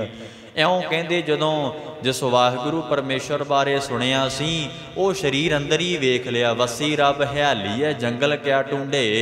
ਇਸੇ ਕਰਕੇ ਗੁਰਮੁਖੋ ਸਤਿਗੁਰੂ ਸੱਚੇ ਪਾਤਸ਼ਾਹ ਕਹਿੰਦੇ ਬਿਸਮਾਦ ਨਦਰੀ ਆਇਆ। ਉਹ ਵਾਹਿਗੁਰੂ ਪਰਮੇਸ਼ਰ ਜਿਹੜਾ ਬਿਸਮਾਦ ਹੈ, ਬਿਸਮ ਆਦ, ਆਦ ਤੋਂ ਚੱਲਿਆ ਆ ਰਿਹਾ ਜਿਹੜਾ ਬਿਸਮ ਹੈ। ਸਾਧ ਸੰਗਤ ਜੀ ਜਿਸ ਦੇ ਰੰਗ ਢੰਗ ਕੌਤਕ ਬਿਸਮ ਨੇ, ਬਿਸਮਾਦ ਕਰਨ ਵਾਲੇ ਨੇ, ਉਹ ਵਾਹਿਗੁਰੂ ਪਰਮੇਸ਼ਰ ਨਦਰੀ ਆਇਆ। ਸਾਧ ਸੰਗਤ ਜੀ ਸਾਰਿਆਂ ਦੇ ਵਿੱਚ ਜੋਤ ਰੂਪ ਕਰਕੇ, ਆਤਮਾ ਰੂਪ ਕਰਕੇ ਬੈਠਾ ਨਜ਼ਰ ਆ ਗਿਆ। ਇਸੇ ਕਰਕੇ ਭਗਤ ਜੀ ਕਹਿੰਦੇ ਜਤ ਪੇਖੋ ਤਤ ਸੋਏ। ਜਿੱਥੇ ਕਿਤੇ ਵੀ ਵੇਖਦੇ ਆ ਵਾਹਿਗੁਰੂ ਹੀ ਨਜ਼ਰ ਆਉਂਦਾ ਹੈ। ਕਬੀਰ ਜਾ ਦਿਨ ਹੋ ਮੂਆ। ਸਾਧ ਸੰਗਤ ਜੀ ਕਿਸੇ ਨੇ ਮਹਾਰਾਜ ਕਬੀਰ ਸਾਹਿਬ ਜੀ ਨੂੰ ਸਵਾਲ ਕੀਤਾ, ਕਹਿੰਦੇ ਮਹਾਰਾਜ ਜੀ ਆਨੰਦ ਦੀ ਪ੍ਰਾਪਤੀ ਕਿਵੇਂ ਹੋਵੇ, ਸੁੱਖ ਦੀ ਪ੍ਰਾਪਤੀ ਕਿਵੇਂ ਹੋਵੇ, ਆਨੰਦ ਦੀ ਪ੍ਰਾਪਤੀ ਕਿਵੇਂ ਹੋਵੇ, ਇਹ ਦੱਸਣਾ ਕਰੋ। ਤਾਂ ਕਬੀਰ ਜੀ ਬਚਨ ਕਰਦੇ ਨੇ। ਕਬੀਰ ਜਾ ਦਿਨ ਹੋ ਮੂਆ। ਮਹਾਰਾਜ ਕਹਿੰਦੇ ਜਿਸ ਦਿਨ, ਜਿਹੜੇ ਦਿਨ ਅੰਦਰੋਂ ਅਸਥੂਲ ਤੇ ਸੂਖਮ ਸਰੀਰ ਦਾ ਹੰਕਾਰ ਚਲਿਆ ਗਿਆ, ਸਰੀਰ ਦਾ ਮਾਣ ਨਹੀਂ ਕੀਤਾ, ਆਖੇਗਾ ਇਹ ਵਾਹਿਗੁਰੂ ਦਾ ਹੀ ਸਰੀਰ ਹੈ, ਮਨ ਪਰਮੇਸ਼ਰ ਦਾ ਹੀ ਹੈ। ਜਿੱਦੇ ਤੂੰ ਇਹ ਜਾਣ ਲਿਆ, ਜਿੱਦੇ ਮਹਾਰਾਜ ਕਹਿੰਦੇ ਹਉ ਮੂਆ, ਹਉ ਹੰਕਾਰ। ਸਾਧ ਸੰਗਤ ਜੀ ਹਉ ਭਾਵ ਜਿਹੜਾ ਅੰਦਰ ਮਾਨ ਹੈ, ਦੇਹ ਅਭਿਮਾਨ ਹੈ, ਆਪਣੇ ਆਪ ਨੂੰ ਤੂੰ ਸੱਚਾ ਮੰਨੀ ਬੈਠਾ। ਦੇਹ ਅਨਿਤ ਨਾ ਨਿਤਰ ਹੈ, ਜਸਨਾਵ ਚੜ੍ਹੈ ਭਵ ਸਾਗਰ ਤਾਰੈ। ਕਲਗੀਆਂ ਵਾਲੇ ਸੁਆਮੀ ਦਸਮ ਬਾਣੀ 'ਚ ਦੱਸਦੇ ਐ, ਦੇਹ ਅਨਿਤ ਨਾ ਨਿਤਰ ਹੈ। ਇਹ ਜਿਹੜੀ ਦੇਹੀ ਹੈ ਸਦਾ ਰਹਿਣ ਵਾਲੀ ਨਹੀਂ ਹੈ। ਮਹਾਰਾਜ ਜੀ ਕਹਿੰਦੇ, ਸੱਚੇ ਪਾਤਸ਼ਾਹ ਜੀ ਦੱਸਦੇ ਐ। ਇਸੇ ਕਰਕੇ ਜਿਹੜਾ ਦੇਹ ਅਭਿਮਾਨ ਤੋਂ ਸਾਧ ਸੰਗਤ ਜੀ ਉੱਠ ਗਿਆ, ਜਦੋਂ ਦੇਹ ਅਭਿਮਾਨ ਅੰਦਰੋਂ ਮਰ ਗਿਆ, ਹਉ ਮੂਆ ਹੰਕਾਰ ਦੀ ਨਿਵਰਤੀ ਹੋ ਗਈ। ਹੰਕਾਰ ਕਰਕੇ ਹੀ ਦੇਖੋ ਸਤਿਗੁਰਾਂ ਜੀ ਨੇ ਸਾਧ ਸੰਗਤ ਜੀ ਸਾਰਿਆਂ ਨੂੰ ਇੱਕ ਇੱਕ ਰੋਗ ਦਿੱਤਾ ਸੀ। ਭਾਵ ਕਿ ਹਰੇਕ ਜੀਵਾਂ ਵਿੱਚ ਇੱਕ ਇੱਕ ਰੋਗ ਹੈ। ਸਾਧ ਸੰਗਤ ਜੀ ਕਾਮ ਰੋਗ ਮੈਗਲ ਕਉ ਦੀਨਾ। ਇਸੇ ਕਰਕੇ ਕਾਮ ਰੋਗ ਹਾਥੀ ਨੂੰ ਦਿੱਤਾ ਏ, ਦੇਖਣ ਦਾ ਰੋਗ ਪਤੰਗੇ ਨੂੰ ਦਿੱਤਾ ਏ। ਸਾਧ ਸੰਗਤ ਜੀ ਸੁਗੰਧੀ ਦਾ ਜਿਹੜਾ ਉਹ ਰੋਗ ਹੈ, ਉਹ ਸਾਧ ਸੰਗਤ ਜੀ ਭੌਰੇ ਨੂੰ ਦੇਣਾ ਕੀਤਾ ਆ। ਇਸੇ ਕਰਕੇ ਹਉਮੈ ਰੋਗ ਮਾਨੁਖ ਕਉ ਦੀਨਾ। ਇਸੇ ਕਰਕੇ ਮਹਾਰਾਜ ਕਹਿੰਦੇ ਜਿਹੜਾ ਹਉਮੈ ਹੰਕਾਰ ਦਾ ਰੋਗ ਹੈ, ਇਹ ਤੇ ਮਨੁੱਖ ਨੂੰ ਦਿੱਤਾ ਹੋਇਆ ਏ। ਕਬੀਰ ਸਾਹਿਬ ਜੀ ਮਹਾਰਾਜ ਕਹਿੰਦੇ ਜਦੋਂ ਹੰਕਾਰ ਦੀ ਨਿਵਰਤੀ ਹੋ ਗਈ, ਜਦੋਂ ਹੰਕਾਰ ਮੂਆ ਹੰਕਾਰ ਵੱਲੋਂ ਮਰ ਗਏ, ਹੰਕਾਰ ਨੂੰ ਮਾਰ ਲਿਆ ਹਰੀ ਦੇ ਨਾਮ ਨਾਲ, ਪਾਸੇ ਭਇਆ ਆਨੰਦ। ਸਾਧ ਸੰਗਤ ਜੀ ਜਦੋਂ ਦੇਹ ਅਭਿਮਾਨ ਤੋਂ ਹੰਕਾਰ ਤੋਂ ਪਿੱਛੇ ਹੋ ਗਏ, ਪਿੱਛੇ ਹੋਣ ਕਰਕੇ ਸਾਧ ਸੰਗਤ ਜੀ ਮਹਾਰਾਜ ਕਹਿੰਦੇ ਸਾਨੂੰ ਆਨੰਦ ਸਰੂਪ ਵਾਹਿਗੁਰੂ ਪਰਮੇਸ਼ਰ ਦੀ ਪ੍ਰਾਪਤੀ ਹੋ ਗਈ, ਆਨੰਦ ਆ ਗਿਆ। ਮੋਹਿ ਮਿਲਿਓ ਪ੍ਰਭ ਆਪਣਾ। ਕਬੀਰ ਸਾਹਿਬ ਮਹਾਰਾਜ ਜੀ ਕਹਿੰਦੇ, ਹੇ ਭਾਈ ਮੈਨੂੰ ਆਪਣਾ ਆਸਰਾ ਰੂਪ ਵਾਹਿਗੁਰੂ ਪ੍ਰਭੂ ਮਿਲ ਗਿਆ। ਸੰਗੀ ਭਜ ਹੈ ਗੋਬਿੰਦ। ਜਿਹੜੇ ਮੇਰੇ ਹੁਣ ਸੰਗੀ ਸਾਥੀ ਚੇਲੇ ਐ, ਉਹ ਵੀ ਵਾਹਿਗੁਰੂ ਜੀ ਦੇ ਨਾਮ, ਗੋ ਨਾਮ ਧਰਤੀ ਦਾ ਬਿੰਦ ਨਾਮ ਹੁੰਦਾ ਆਸਰਾ ਦੇਣ ਵਾਲੇ ਦਾ। ਜੋ ਵਾਹਿਗੁਰੂ ਪਰਮੇਸ਼ਰ ਆਸਰਾ ਦੇ ਰਿਹਾ, ਹੁਣ ਵਾਹਿਗੁਰੂ ਨਿਰੰਕਾਰ ਦੇ ਫਿਰ ਪੜ੍ਹ ਦਿਓ ਜੀ। ਸੰਗੀ ਭਜ ਹੈ ਗੋਬਿੰਦ। ਸੰਗੀ ਭਜ ਹੈ ਗੋਬਿੰਦ। ਹੁਣ ਜਿਹੜੇ ਸੰਗੀ ਸਤ ਸੰਗੀ ਹੈ, ਚੇਲੇ ਹੈ ਮੇਰੇ, ਉਹ ਵੀ ਵਾਹਿਗੁਰੂ ਜੀ ਨੂੰ ਪਰਮੇਸ਼ਰ ਨਿਰੰਕਾਰ ਗੋਬਿੰਦ ਨੂੰ ਹੀ ਧਿਆਉਂਦੇ ਹਨ। ਮੋਹੇ ਮਿਲਿਓ ਪ੍ਰਭ ਆਪਣਾ। ਆਖਣ ਲੱਗੇ ਕਬੀਰ ਸਾਹਿਬ ਜੀ ਕਹਿੰਦੇ ਜਦੋਂ ਮੈਨੂੰ ਵਾਹਿਗੁਰੂ ਪ੍ਰਭੂ ਮਿਲ ਗਿਆ, ਸੰਗੀ ਭਜ ਹੈ ਗੋਬਿੰਦ। ਹਾਂ ਸਾਧ ਸੰਗਤ ਜੀ, ਜਿਹੜੇ ਇਹ ਇੰਦਰੀਆਂ ਸੰਗੀ ਹੈ ਨਾ, ਅੱਖਾਂ ਸੰਗੀ ਹੈ, ਹੱਥ ਸੰਗੀ ਹੈ, ਸਰੀਰ ਦੇ ਪੈਰ ਸੰਗੀ ਹੈ, ਤੇ ਸਾਧ ਸੰਗਤ ਜੀ ਇਹ ਜਿਹੜਾ ਮੁਖ ਹੈ ਇਹ ਵੀ ਸੰਗੀ ਹੈ। ਮਹਾਰਾਜ ਕਹਿੰਦੇ ਹੁਣ ਅੱਖਾਂ ਸੰਤਾਂ ਦਾ ਦਰਸ਼ਨ ਕਰਦੀਆਂ ਨੇ, ਅੱਖਾਂ ਵੀ ਹਰੀ ਹਰੀ ਜਪਦੀਆਂ ਨੇ, ਕੰਨਾਂ ਵਿੱਚੋਂ ਵੀ ਹਰੀ ਹਰੀ ਦੀ ਆਵਾਜ਼ ਹੀ ਆਉਂਦੀ ਹੈ, ਰਾਮ ਰਾਮ ਅੱਲਾ ਅੱਲਾ ਮੁਖ ਕਹਿੰਦਾ ਹੈ, ਪੈਰ ਮਹਾਤਮਾ ਸੰਤਾਂ ਦੀ ਚੱਲ ਕੇ ਸੇਵਾ ਕਰਦੇ ਹੈ। ਇਸੇ ਕਰਕੇ ਇੰਦਰੀਆ ਰੂਪੀ ਜਿਹੜੇ ਸੰਗੀ ਸਾਥੀ ਹੈ ਇਹ ਵੀ ਮਹਾਰਾਜ ਕਬੀਰ ਸਾਹਿਬ ਜੀ ਕਹਿੰਦੇ ਵਾਹਿਗੁਰੂ ਦੇ ਸਿਮਰਨ ਵਿੱਚ ਲੱਗ ਗਏ ਨੇ। ਜਦੋਂ ਮੈਨੂੰ ਵਾਹਿਗੁਰੂ ਪਰਮੇਸ਼ਰ ਮਿਲ ਗਿਆ, ਮੇਰੇ ਸੰਗੀ ਇੰਦਰੀਆਂ ਵੀ ਮਹਾਰਾਜ ਆਖਣ ਲੱਗੇ, ਹਰੀ ਦੇ ਨਾਮ ਨੂੰ ਕਹਿਣ ਲੱਗ ਗਈਆਂ। ਕਬੀਰ ਤੇ ਕਬੀਰ ਸਭ ਤੇ ਹਮ ਬੁਰੇ। ਹਾਂਜੀ ਸਾਧ ਸੰਗਤ ਜੀ, ਕਬੀਰ ਸਾਹਿਬ ਜੀ ਆਪਣੀ ਨਿਮਰਤਾ ਦੱਸਦੇ ਐ, ਦਿਖਾਉਂਦੇ ਐ। ਦੇਖੋ ਕਿੱਡੀ ਵੱਡੀ ਨਿਮਰਤਾ, ਕਹਿੰਦੇ ਮੈਂ ਤਾਂ ਸਾਰਿਆਂ ਤੋਂ ਹੀ ਬੁਰਾ ਹਾਂ। ਆਪ ਬ੍ਰਹਮ ਗਿਆਨੀ ਹੋ ਕੇ ਕਹਿੰਦੇ ਐ। ਫਿਰ ਪੜ੍ਹ ਦਿਓ ਜੀ, ਕਬੀਰ ਸਭ ਤੇ ਹਮ ਬੁਰੇ। ਕਹਿੰਦੇ ਮੈਂ ਤਾਂ ਸਾਰਿਆਂ ਤੋਂ ਹੀ ਬੁਰਾ ਭਾਈ। ਹਮ ਤਜ ਭਲੋ ਸਭ ਕੋਏ। ਮੈਨੂੰ ਛੱਡ ਕੇ ਤੇ ਸਾਰੇ ਚੰਗੇ ਆ। ਕਹਿੰਦੇ ਪਾਪੀ ਵੀ ਚੰਗਾ ਹੈ, ਮੈਂ ਤੇ ਪਾਪੀਆਂ ਤੋਂ ਵੀ ਬੁਰਾ। ਭਗਤ ਕਬੀਰ ਜੀ ਦੱਸਦੇ ਹਨ, ਜਿਨ ਐਸਾ ਕਰ ਬੂਝਿਆ। ਕਬੀਰ ਸਾਹਿਬ ਕਹਿੰਦੇ ਭਾਈ ਮੇਰੀਆਂ ਨਜ਼ਰਾਂ ਦੇ ਵਿੱਚ ਜਿਸ ਨੇ ਇਹ ਜਾਣ ਲਿਆ, ਬੂਝਿਆ, ਬੁੱਝ ਲਿਆ ਕਿ ਹਮ ਨਹੀਂ ਚੰਗੇ ਬੁਰਾ ਨਹੀਂ ਕੋਈ, ਮੈਂ ਮਾੜਾ ਆ ਬਸ ਸਾਰੇ ਹੀ ਚੰਗੇ ਨੇ। ਸਾਧ ਸੰਗਤ ਜੀ, ਮੰਦਾ ਜਾਣੇ ਆਪ ਕੋ ਅਵਰ ਭਲਾ ਸੰਸਾਰ। ਜਿਸ ਨੇ ਇਹ ਜਾਣ ਲਿਆ ਕਿ ਮੈਂ ਮੰਦਾ, ਹੋਰ ਤੇ ਸਭ ਚੰਗੇ ਹੀ ਹੈ, ਹੋਰ ਤੇ ਅੱਛਾ ਕਲਯੁਗੀ ਜੀਵ ਕੀ ਕਹਿੰਦਾ, ਕਹਿੰਦੇ ਮੈਂ ਚੰਗਾ ਆ, ਹੋਰ ਮਾੜੇ ਆ। ਕਹਿੰਦੇ ਬਾਕੀ ਦੇ ਸਾਰੇ ਮੈਂ ਹੀ ਹੈ ਬਸ ਚੰਗਾ ਪੈਦਾ, ਮੇਰੀ ਮਾਂ ਨੇ ਮੈਨੂੰ ਹੀ ਚੰਗਾ ਪੈਦਾ ਕੀਤਾ। ਕਹਿੰਦੇ ਹੋਰ ਤੇ ਕੋਈ ਪੈਦਾ ਹੀ ਨਹੀਂ ਹੋਇਆ ਦੁਨੀਆ ਤੇ, ਕਹਿੰਦੇ ਮੈਂ ਹੀ ਚੰਗਾ ਆ, ਸਭ ਮਾੜੇ ਹੈ। ਪਰ ਗੁਰਬਾਣੀ ਦੇਖੋ ਕੀ ਕਹਿੰਦੀ ਹੈ। ਕਬੀਰ ਸਾਹਿਬ ਕਹਿੰਦੇ ਮੈਂ ਬੁਰਾ ਆ, ਮੈਂ ਤੇ ਬਹੁਤਾ ਹੀ ਬੁਰਾ ਆ, ਪਾਪੀ ਆ। ਕਹਿੰਦੇ ਜੀ ਮੈਂ ਤਾਂ ਆਖਣ ਲੱਗੇ ਨੇ ਮੈਨੂੰ ਛੱਡ ਕੇ ਸਾਰੇ ਹੀ ਚੰਗੇ ਐ। ਜਿਨ ਐਸਾ ਕਰ ਬੂਝਿਆ, ਜਿਨ੍ਹਾਂ ਨੇ ਭਾਈ ਇਉਂ ਬੁੱਝ ਲਿਆ, ਇਹ ਸਮਝ ਆ ਗਈ ਜਿਨ੍ਹਾਂ ਦੇ ਮਨ ਨੂੰ, ਇਹ ਉਪਦੇਸ਼ ਨੂੰ ਬੁੱਝ ਲਿਆ, ਜਾਣ ਲਿਆ। ਮੀਤ ਹਮਾਰਾ ਸੋਏ। ਉਹ ਮੇਰਾ ਮਿੱਤਰ ਹੈ। ਕਬੀਰ ਸਾਹਿਬ ਜੀ ਕਹਿੰਦੇ ਉਹ ਭਾਈ ਸਾਡਾ ਦੋਸਤ ਹੈ। ਕਬੀਰ ਸਭ ਤੇ ਹਮ ਬੁਰੇ। ਇਹ ਹੁਣ ਸਾਧ ਸੰਗਤ ਜੀ ਦੂਜਾ ਅਰਥ ਹੈ, ਧਿਆਨ ਦੇਣਾ। ਕਬੀਰ ਸਭ ਤੇ ਹਮ ਬੁਰੇ। ਸਾਧ ਸੰਗਤ ਜੀ, ਹਮ ਹਾ ਨਾਮ ਹੰਗਤਾ ਦਾ, ਮਮਾ ਅੱਖਰ ਮਮਤਾ ਦਾ। ਸਾਧ ਸੰਗਤ ਜੀ ਕਹਿੰਦੇ ਜਿਨ੍ਹਾਂ ਦੇ ਅੰਦਰੋਂ ਹੰਗਤਾ ਤੇ ਮਮਤਾ, ਇਹ ਜਿਹੜੇ ਬੁਰੇ ਸੀ ਨਾ ਸਾਧ ਸੰਗਤ ਜੀ, ਬੁਰੇ ਮੰਦੇ ਹੈ ਹੰਗਤਾ ਤੇ ਮਮਤਾ। ਸਾਧ ਸੰਗਤ ਜੀ ਮਹਾਰਾਜ ਕਹਿੰਦੇ ਹੰਗਤਾ ਮਮਤਾ ਵਾਲੇ ਜਿਹੜੇ ਜੀਵ ਹੈ ਸਾਰਿਆਂ ਤੋਂ ਬੁਰੇ ਨੇ। ਜਿਨ੍ਹਾਂ ਅੰਦਰ ਹੰਕਾਰ ਹੈ ਔਰ ਜਿਹੜੇ ਮੋਹ ਪਾਈ ਬੈਠੇ ਨੇ ਦੁਨੀਆ ਦੇ ਨਾਲ। ਗੁਰੂ ਦੇਵਤਾ ਕਹਿੰਦੇ ਆ ਇਹ ਕੁਟੰਬ ਜਿਹੜਾ ਤੂੰ ਵੇਖਦਾ ਹੈ ਨਾ, ਸਤਿਗੁਰੂ ਜੀ ਕਹਿੰਦੇ ਤੇਰੇ ਨਾਲ ਨਹੀਂ ਜਾਣ ਵਾਲਾ। ਸਤਿਗੁਰੂ ਸੱਚੇ ਪਾਤਸ਼ਾਹ ਜੀ ਦੀ ਬਚਨ ਹੈ, ਆਖਣ ਲੱਗੇ ਨੇ ਇਹ ਕੁਟੰਬ ਤੂੰ ਜੇ ਦੇਖਦਾ ਚੱਲੇ ਨਾਹੀਂ ਤੇਰੇ ਨਾਲੇ, ਕਿਉਂ ਮੋਹ ਲਾਇਆ ਹੋਇਆ ਏ। ਮਹਾਰਾਜ ਜੀ ਦੱਸਦੇ ਐ, ਕਹਿੰਦੇ ਹਾਂ ਹਾ ਨਾਮ ਹੰਗਤਾ ਦਾ, ਮਾਂ ਨਾਮ ਮਮਤਾ ਦਾ। ਕਬੀਰ ਸਾਹਿਬ ਜੀ ਕਹਿੰਦੇ ਸਾਰਿਆਂ ਤੋਂ ਬੁਰੇ ਨੇ। ਕਹਿੰਦੇ ਜੀ ਕਿਹੜੇ? ਕਹਿੰਦੇ ਹੰਗਤਾ ਮਮਤਾ ਵਾਲੇ, ਜਿਹੜੇ ਹੰਕਾਰ ਕਰਦੇ ਐ। ਹੰਕਾਰ ਹਰੀ ਨੂੰ ਨਹੀਂ ਭਾਉਂਦਾ, ਹੰਕਾਰ ਵਾਹਿਗੁਰੂ ਜੀ ਨੂੰ ਚੰਗਾ ਨਹੀਂ ਜੇ ਲੱਗਦਾ। ਹੰਕਾਰ ਕਰਨ ਵਾਲੇ ਅਭਿਆਸੀ ਨਹੀਂ ਹੋ ਸਕਦੇ, ਉਹਨਾਂ ਦਾ ਮਨ ਪਰਮ ਰਸ ਨਹੀਂ ਮਾਣ ਸਕਦਾ। ਉਹ ਸਾਧ ਸੰਗਤ ਜੀ ਹੰਕਾਰ ਕਰਨ ਵਾਲੇ ਹਰੀ ਤੋਂ ਦੂਰ ਹੋ ਜਾਂਦੇ ਐ। ਹੰਕਾਰੀਆਂ ਨਿੰਦਕਾਂ ਪਿੱਠ ਦੇ, ਸਤਿਗੁਰੂ ਜੀ ਦੋ ਜਣਿਆਂ ਨੂੰ ਪਿੱਠ ਦੇ ਕੇ ਰੱਖਦੇ, ਇੱਕ ਹੰਕਾਰੀਆਂ ਨੂੰ ਐਵੇਂ ਮਾਣ ਨਹੀਂ, ਇੱਕ ਨਿੰਦਕਾਂ ਨੂੰ ਮਾਣ ਨਹੀਂ ਕਰਨਾ ਚਾਹੀਦਾ। ਕਾਹਦਾ ਮਾਣ? ਸਰੀਰ ਦਾ। ਸਰੀਰ ਤੇ ਹਰੀ ਨੇ ਪੈਦਾ ਕੀਤਾ ਹੈ, ਤੇ ਮਾਇਆ ਦਾ, ਮਾਇਆ ਤੇ ਵਾਹਿਗੁਰੂ ਦੀ ਹੈ।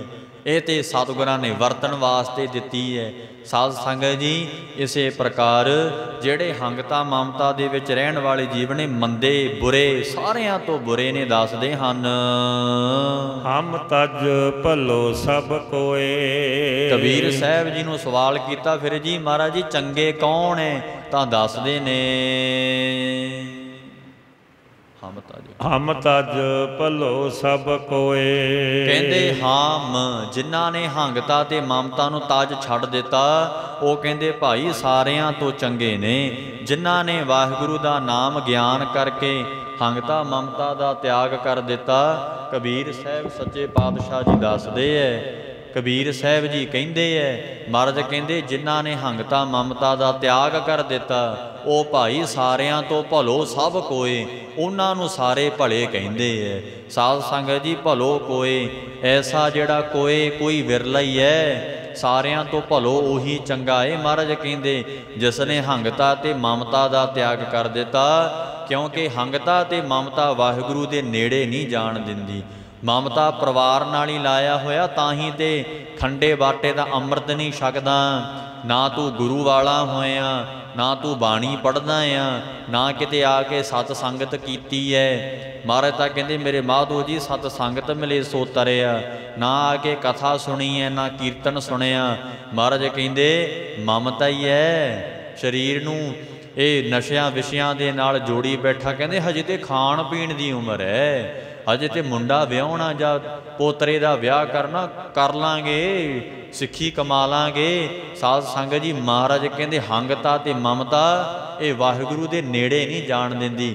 ਜਿਹਨੇ ਭਾਈ ਇਸ ਦਾ ਤਿਆਗ ਕਰ ਦਿੱਤਾ, ਮਹਾਰਾਜ ਕਹਿੰਦੇ ਉਹ ਭਾਈ ਚੰਗੇ ਨੇ। ਜਿਨ ਐਸਾ ਕਰ ਬੂਝਿਆ, ਮਹਾਰਾਜ ਕਹਿੰਦੇ ਜਿਸ ਨੇ ਹੰਗਤਾ ਮਮਤਾ ਦਾ ਤਿਆਗ ਕਰਕੇ ਆਤਮਿਕ ਆਨੰਦ ਨੂੰ, ਵਾਹਿਗੁਰੂ ਪਰਮੇਸ਼ਰ ਦੇ ਸਰੂਪ ਨੂੰ ਬੁੱਝਣਾ ਕੀਤਾ, ਮੀਤ ਹਮਾਰਾ ਸੋਏ, ਉਹੀ ਭਾਈ ਸਾਡਾ ਲੋਕ ਪਰਲੋਕ ਵਿੱਚ ਮਿੱਤਰ ਹੈ। ਕਬੀਰ ਆਈ ਮੁਝ ਹੈ, ਕਬੀਰ ਆਈ ਮੁਝ ਹੈ ਪਹੇ। ਸਾਧ ਸੰਗਤ ਜੀ, ਕਬੀਰ ਸਾਹਿਬ ਜੀ ਨੂੰ ਕਿਸੇ ਸੇਵਕ ਨੇ ਸਵਾਲ ਕੀਤਾ। ਇਹ ਵੱਖੋ ਵੱਖਰੇ ਪ੍ਰਕਰਨ ਆਉਂਦੇ ਹੈ, ਇੱਕ ਸਵਾਲ ਜਵਾਬ ਹੈ। ਸਾਧ ਸੰਗਤ ਜੀ, ਇਹ ਜਿਹੜੇ ਸ਼ਲੋਕ ਹੈ ਨਾ ਵੱਖੋ ਵੱਖਰੇ ਪ੍ਰਕਰਨਾਂ 'ਚ ਆਉਣਗੇ, ਕਿ ਪ੍ਰਕਰਨ ਇਸ ਦਾ ਵੱਖੋ ਵੱਖਰਾ। ਹੁਣ ਜਿਵੇਂ ਸਵਾਲ ਕਰਨਗੇ ਕਬੀਰ ਜੀ ਨੂੰ, ਕਿਹੜਾ ਸਵਾਲ ਕੀਤਾ? ਕਹਿੰਦੇ ਮਹਾਰਾਜ ਇਹ ਦੱਸਣਾ ਕਰੋ ਕਿ ਤੁਹਾਡੇ ਪਾਸ ਮਾਇਆ ਆਈ ਹੈ ਤੁਹਾਨੂੰ ਛੱਲਣ ਵਾਸਤੇ। ਤਾਂ ਕਬੀਰ ਸਾਹਿਬ ਜੀ ਦੱਸਦੇ ਹੈ, ਕਬੀਰ ਸਾਹਿਬ ਜੀ ਕਹਿੰਦੇ ਕਿ ਹਾਂ ਭਾਈ ਮੇਰੇ ਕੋਲ ਵੀ ਮਾਇਆ ਆਈ ਸੀ ਮੈਨੂੰ ਛੱਲਣ ਵਾਸਤੇ। ਕਬੀਰ ਆਈ ਮੁਝ ਹੈ ਪਹਿ। ਕਬੀਰ ਸਾਹਿਬ ਜੀ ਕਹਿੰਦੇ ਭਾਈ ਉਹ ਜਿਹੜੀ ਛਲ ਰੂਪ ਮਾਇਆ ਸੀ ਨਾ, ਆਖਣ ਲੱਗੇ ਨੇ ਅਨਕ ਕਰੇ ਕਰ ਭੇਸ। ਬਹੁਤ ਭੇਖ ਬਣਾ ਕੇ, ਕਹਿੰਦੇ ਬਹੁਤ ਭੇਖ ਲਿਬਾਸ ਕਰਕੇ, ਢੰਗ ਤਰੀਕੇ ਅਪਣਾ ਕੇ ਮੇਰੇ ਕੋਲ ਆਈ ਹੈ ਮਾਇਆ ਮੈਨੂੰ ਮੋਹਿਤ ਕਰਨ ਵਾਸਤੇ। ਹਮ ਰਾਖੇ ਗੁਰ ਆਪਨੇ, ਮੈਨੂੰ ਤੇ ਮੈਨੂੰ ਗੁਰੂ ਰਾਮਾਨੰਦ ਸਵਾਮੀ ਜੀ ਔਰ ਸਤਿਗੁਰੂ ਨਾਨਕ ਦੇਵ ਸੱਚੇ ਪਾਤਸ਼ਾਹ ਜੀ ਨੇ ਰੱਖ ਲਿਆ। ਯਾਦ ਰੱਖਿਓ, ਕਬੀਰ ਸਾਹਿਬ ਜੀ ਉਦੋਂ ਬਿਰਧ ਹੋ ਚੁੱਕੇ ਸੀ। ਜਦੋਂ ਗੁਰੂ ਨਾਨਕ ਦੇਵ ਮਹਾਰਾਜ ਸਵਾਮੀ ਜੀ ਕਾਂਸ਼ੀ ਵਿੱਚ ਗਏ, ਉਦੋਂ ਮਿਲਾਪ ਹੋਇਆ ਆ ਗੁਰੂ ਨਾਨਕ ਦੇਵ ਸੱਚੇ ਪਾਤਸ਼ਾਹ ਦਾ ਤੇ ਭਗਤ ਕਬੀਰ ਸਾਹਿਬ ਜੀ ਦਾ। ਸਾਧ ਸੰਗਤ ਜੀ, ਭਗਤ ਕਬੀਰ ਜੀ ਮਹਾਰਾਜ ਕਹਿੰਦੇ ਹਮ ਰਾਖੇ ਗੁਰ, ਗੁਰੂ ਸਰੂਪ ਵਾਹਿਗੁਰੂ ਪਰਮੇਸ਼ਰ। ਸਾਧ ਸੰਗਤ ਜੀ, ਗੁਰ ਸਵਾਮੀ ਰਾਮਾਨੰਦ ਮਹਾਰਾਜ ਜੀ ਜਿਹੜੇ ਗੁਰੂ ਨੇ, ਧੰਨ ਗੁਰੂ ਨਾਨਕ ਦੇਵ ਸੱਚੇ ਪਾਤਸ਼ਾਹ ਜੀ ਨੇ ਮੈਨੂੰ ਮਾਇਆ ਤੋਂ ਰੱਖ ਲਿਆ।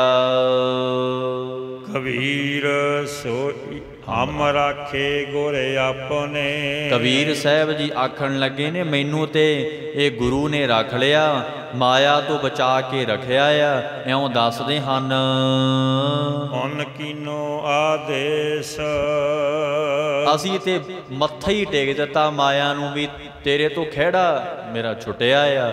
ਕਬੀਰ ਸਾਹਿਬ ਕਹਿੰਦੇ ਇਸ ਦਾ ਬਸ ਦੂਰੋਂ ਹੀ ਮੱਥਾ, ਆਦੇਸ਼ ਦਾ ਭਾਵ ਹੈ ਮੱਥਾ ਟੇਕਣਾ, ਨਮਸਕਾਰ ਕਰਨੀ। ਜਪਜੀ ਸਾਹਿਬ ਵਿੱਚ ਵੀ ਆਉਂਦਾ ਨਾ, ਆਦੇਸ਼ ਦਸੈ ਆਦੇਸ਼, ਇਹ ਫਾਰਸੀ ਭਾਸ਼ਾ ਦਾ ਲਫ਼ਜ਼ ਹੈ। ਆਦੇਸ਼ ਨਮਸਕਾਰ ਕਰਨੀ। ਸਾਧ ਸੰਗਤ ਜੀ, ਆਦ ਅਨੀਲ ਅਨਾਦ ਅਨਾਹਤ ਜੁਗ ਜੁਗ ਏਕੋ ਵੇਸ।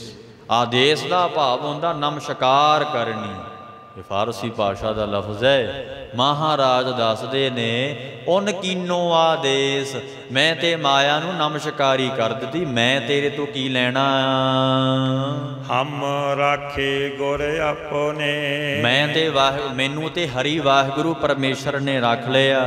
ਆਖਣ ਲੱਗੇ ਹਨ ਉਨ ਕੀਨੋ ਆਦੇਸ, ਕਹਿੰਦੇ ਅਸੀਂ ਤਾਂ ਮਾਇਆ ਨੂੰ ਨਮਸਕਾਰ ਕਰ ਦਿੱਤੀ, ਮਾਇਆ ਨੇ ਤੇ ਮੈਨੂੰ ਨਮਸਕਾਰੀ ਕੀਤੀ ਹੈ। ਆਖਣ ਲੱਗੇ ਉਨ ਕੀਨੋ ਆਦੇਸ, ਅਸੀਂ ਆਦੇਸ਼, ਸਾਨੂੰ ਉਪਦੇਸ਼ ਦਿੱਤਾ ਗੁਰੂ ਸਾਹਿਬ ਪਰਮੇਸ਼ਰ ਨੇ ਆਦੇਸ਼ ਕੀਤਾ। ਆਦੇਸ਼ ਨਾਮ ਹੁਕਮ ਦਾ ਵੀ ਹੈ, ਵੀ ਮੇਰਾ ਆਦੇਸ਼ ਹੈ, ਹੁਕਮ ਹੈ। ਮੈਨੂੰ ਗੁਰੂ ਵਾਹਿਗੁਰੂ ਪਰਮੇਸ਼ਰ ਨੇ ਜੋ ਹੁਕਮ ਕੀਤਾ ਸੀ ਉਸ ਹੁਕਮ ਨੂੰ ਮੰਨਣੇ ਕਰਕੇ ਮੈਨੂੰ ਜਿਹੜੀ ਮਾਇਆ ਨੇ ਛੱਲਿਆ ਨਹੀਂ ਹੈ, ਮਾਇਆ ਨੇ ਮੋਹਿਤ ਨਹੀਂ ਕੀਤਾ ਮੈਨੂੰ। ਇਸੇ ਕਰਕੇ ਮਾਇਆ ਦੇ ਪ੍ਰਭਾਵ ਤੋਂ ਬਚ ਗਏ ਆ।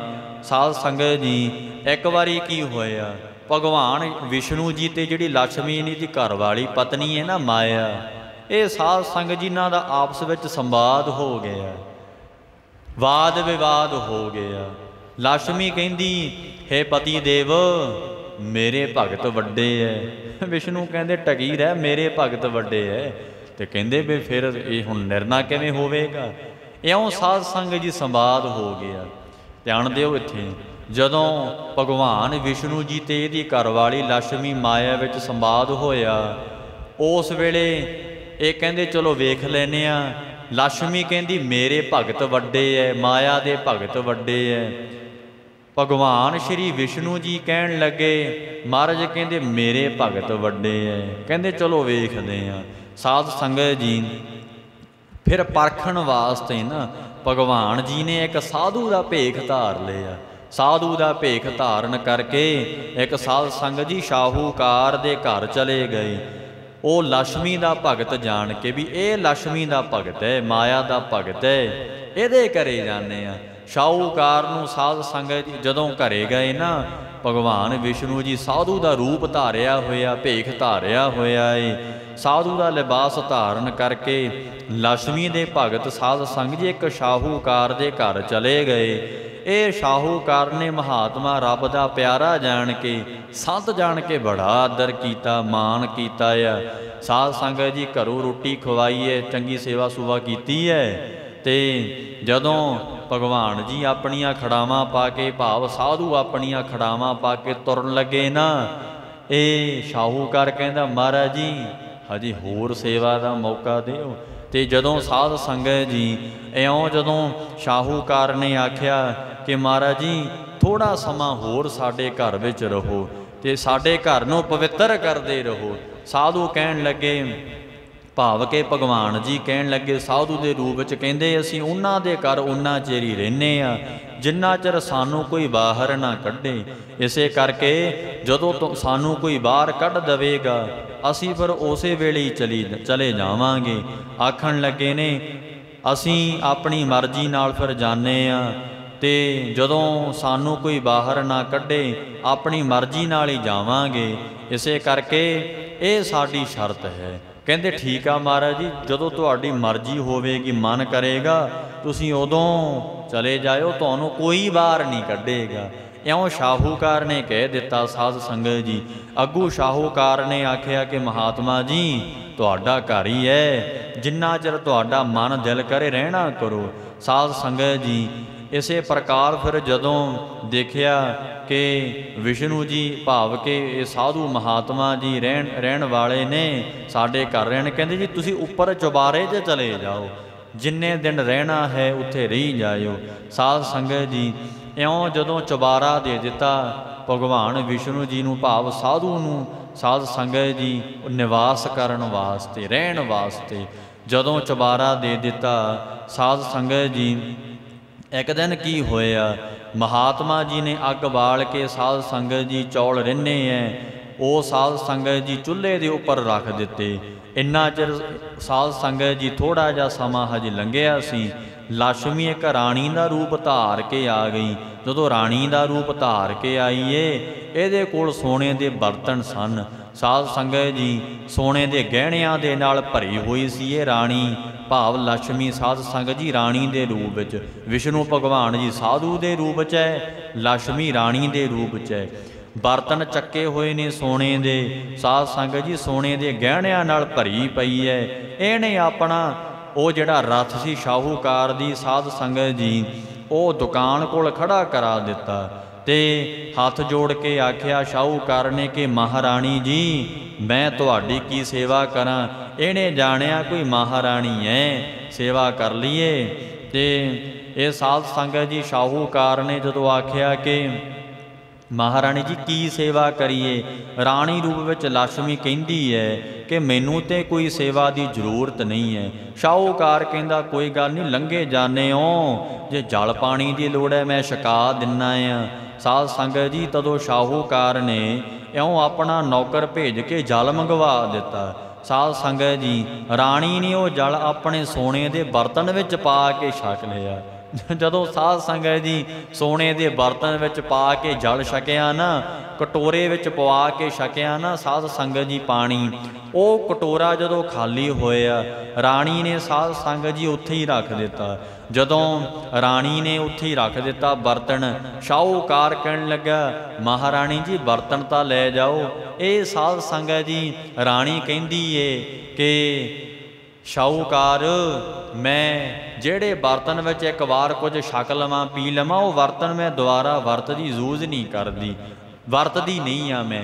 ਇਸੇ ਕਰਕੇ ਇਹ ਹੁਣ ਬਰਤਨ ਹੈ ਨਾ ਜਿਹੜਾ ਇੱਥੇ ਹੀ ਮੈਂ ਰੱਖ ਦਿੰਨੀ ਆ। ਸਾਧ ਸੰਗਤ ਜੀ ਇਹ ਗੱਲ ਸੁਣ ਕੇ ਸ਼ਾਹੂਕਾਰ ਦੇ ਮਨ ਵਿੱਚ ਲਾਲਚ ਆ ਗਿਆ, ਛਲ ਲਿਆ ਮਾਇਆ ਨੇ। ਕਿਵੇਂ ਛਲਿਆ? ਸ਼ਾਹੂਕਾਰ ਕਹਿਣ ਲੱਗਿਆ, ਇਹ ਸੋਚਣ ਲੱਗਾ ਵੀ ਜੇ ਕਿਤੇ ਮੈਂ ਘਰ ਲਿਜਾ ਕੇ ਭੋਜਨ ਹੀ ਛਕਾਤਾ ਮੈਂ ਤੇ ਮਾਲਾ ਮਾਲ ਹੋ ਜਾਵਾਂਗਾ, ਕਮਾਈ ਕਰਨ ਦੀ ਲੋੜ ਨਹੀਂ ਹੈ। ਧੀ ਪੁੱਤ ਉਹ ਸ਼ਾਹੂਕਾਰ ਕਹਿੰਦਾ ਚੰਗੇ ਬਹਿ ਕੇ ਵਿਹਲੇ ਬਹਿ ਕੇ ਖਾਣਗੇ ਜੇ ਕਿਤੇ ਰਾਣੀ ਨੂੰ ਘਰੇ ਰਹਿ ਜਾ। ਤੇ ਇਹ ਸਾਧ ਸੰਗਤ ਜੀ ਰਾਣੀ ਨੂੰ ਘਰ ਲੈ ਗਿਆ। ਜਦੋਂ ਘਰ ਲੈ ਕੇ ਗਿਆ ਕਹਿਣ ਲੱਗਿਆ ਰਾਣੀ ਜੀ ਜਲ ਤੇ ਛਕ ਲਿਆ, ਪਾਣੀ ਤੇ ਤੁਸੀਂ ਪੀ ਲਿਆ, ਹੁਣ ਭੋਜਨ ਵੀ ਛਕ ਲਓ, ਭੋਜਨ ਵੀ ਛਕ ਲਓ। ਕਹਿੰਦੇ ਇਹਦੇ ਮਨ ਵਿੱਚ ਇਹ ਸੀ ਕਿ ਜੇ ਕਿਤੇ ਰਾਣੀ ਨੇ ਮੇਰੇ ਭਾਂਡੇ ਬਰਤਨ ਆਪਣੇ ਸੋਨੇ ਦੇ ਭਾਂਡੇ ਬਰਤਨਾਂ ਦੇ ਵਿੱਚ ਜੇ ਇਹਨੇ ਭੋਜਨ ਛਕ ਲਿਆ ਇਹਨੇ ਕਿਹੜਾ ਨਾਲ ਲੈ ਕੇ ਜਾਣਾ, ਇੱਥੇ ਹੀ ਰੱਖ ਦਊਗੀ ਤੇ ਮੈਂ ਸੋਨੇ ਦੇ ਬਰਤਨ ਵੇਚਾਂਗਾ, ਬਹੁਤ ਮੇਰੇ ਕੋਲ ਮਾਇਆ ਹੋ ਜਾਵੇਗੀ। ਇਹ ਵਿਚਾਰ ਕਰਕੇ ਸ਼ਾਹੂਕਾਰ ਨੇ ਆਖਿਆ ਹੋਰ ਸੇਵਾ ਦੱਸੋ ਰਾਣੀ ਜੀ, ਮੈਂ ਤੁਹਾਨੂੰ ਇਹ ਭੋਜਨ ਛਕਾਵਾਂ, ਆਰਾਮ ਕਰਨ ਵਾਸਤੇ ਕੋਈ ਜਗ੍ਹਾ ਚਾਹੀਦੀ ਤਾਂ ਦੱਸੋ। ਰਾਣੀ ਕਹਿੰਦੀ ਹਾਂ ਮੈਨੂੰ ਆਰਾਮ ਕਰਨ ਵਾਸਤੇ ਜਗ੍ਹਾ ਚਾਹੀਦੀ ਏ। ਸਾਧ ਸੰਗਤ ਜੀ ਇਉਂ ਜਦੋਂ ਰਾਣੀ ਕਹਿੰਦੀ ਪਰ ਮੈਨੂੰ ਜਿਹੜੀ ਸਾਫ਼ ਸੁਥਰੀ ਜਗ੍ਹਾ ਨਹੀਂ ਮਿਲੀ ਤੇ ਸ਼ਾਹੂਕਾਰ ਕਹਿੰਦਾ ਜੀ ਮੇਰੇ ਘਰੇ ਚੱਲੋ, ਬੜੀ ਸੋਹਣੀ ਜਗ੍ਹਾ ਉੱਥੇ ਤੇ ਚੁਬਾਰੇ ਪਏ ਹੋਏ ਨੇ। ਸਾਧ ਸੰਗਤ ਜੀ ਇਉਂ ਜਦੋਂ ਰਾਣੀ ਨੇ ਆਖਣਾ ਕੀਤਾ ਕਿ ਮੈਨੂੰ ਤੇ ਚੰਗੀ ਜਗ੍ਹਾ ਨਹੀਂ ਮਿਲੀ, ਸ਼ਾਹੂਕਾਰ ਕਹਿੰਦਾ ਮੇਰੇ ਘਰੇ ਆਓ, ਉੱਥੇ ਬਹੁਤ ਸੁੰਦਰ ਜਗ੍ਹਾ ਹੈ।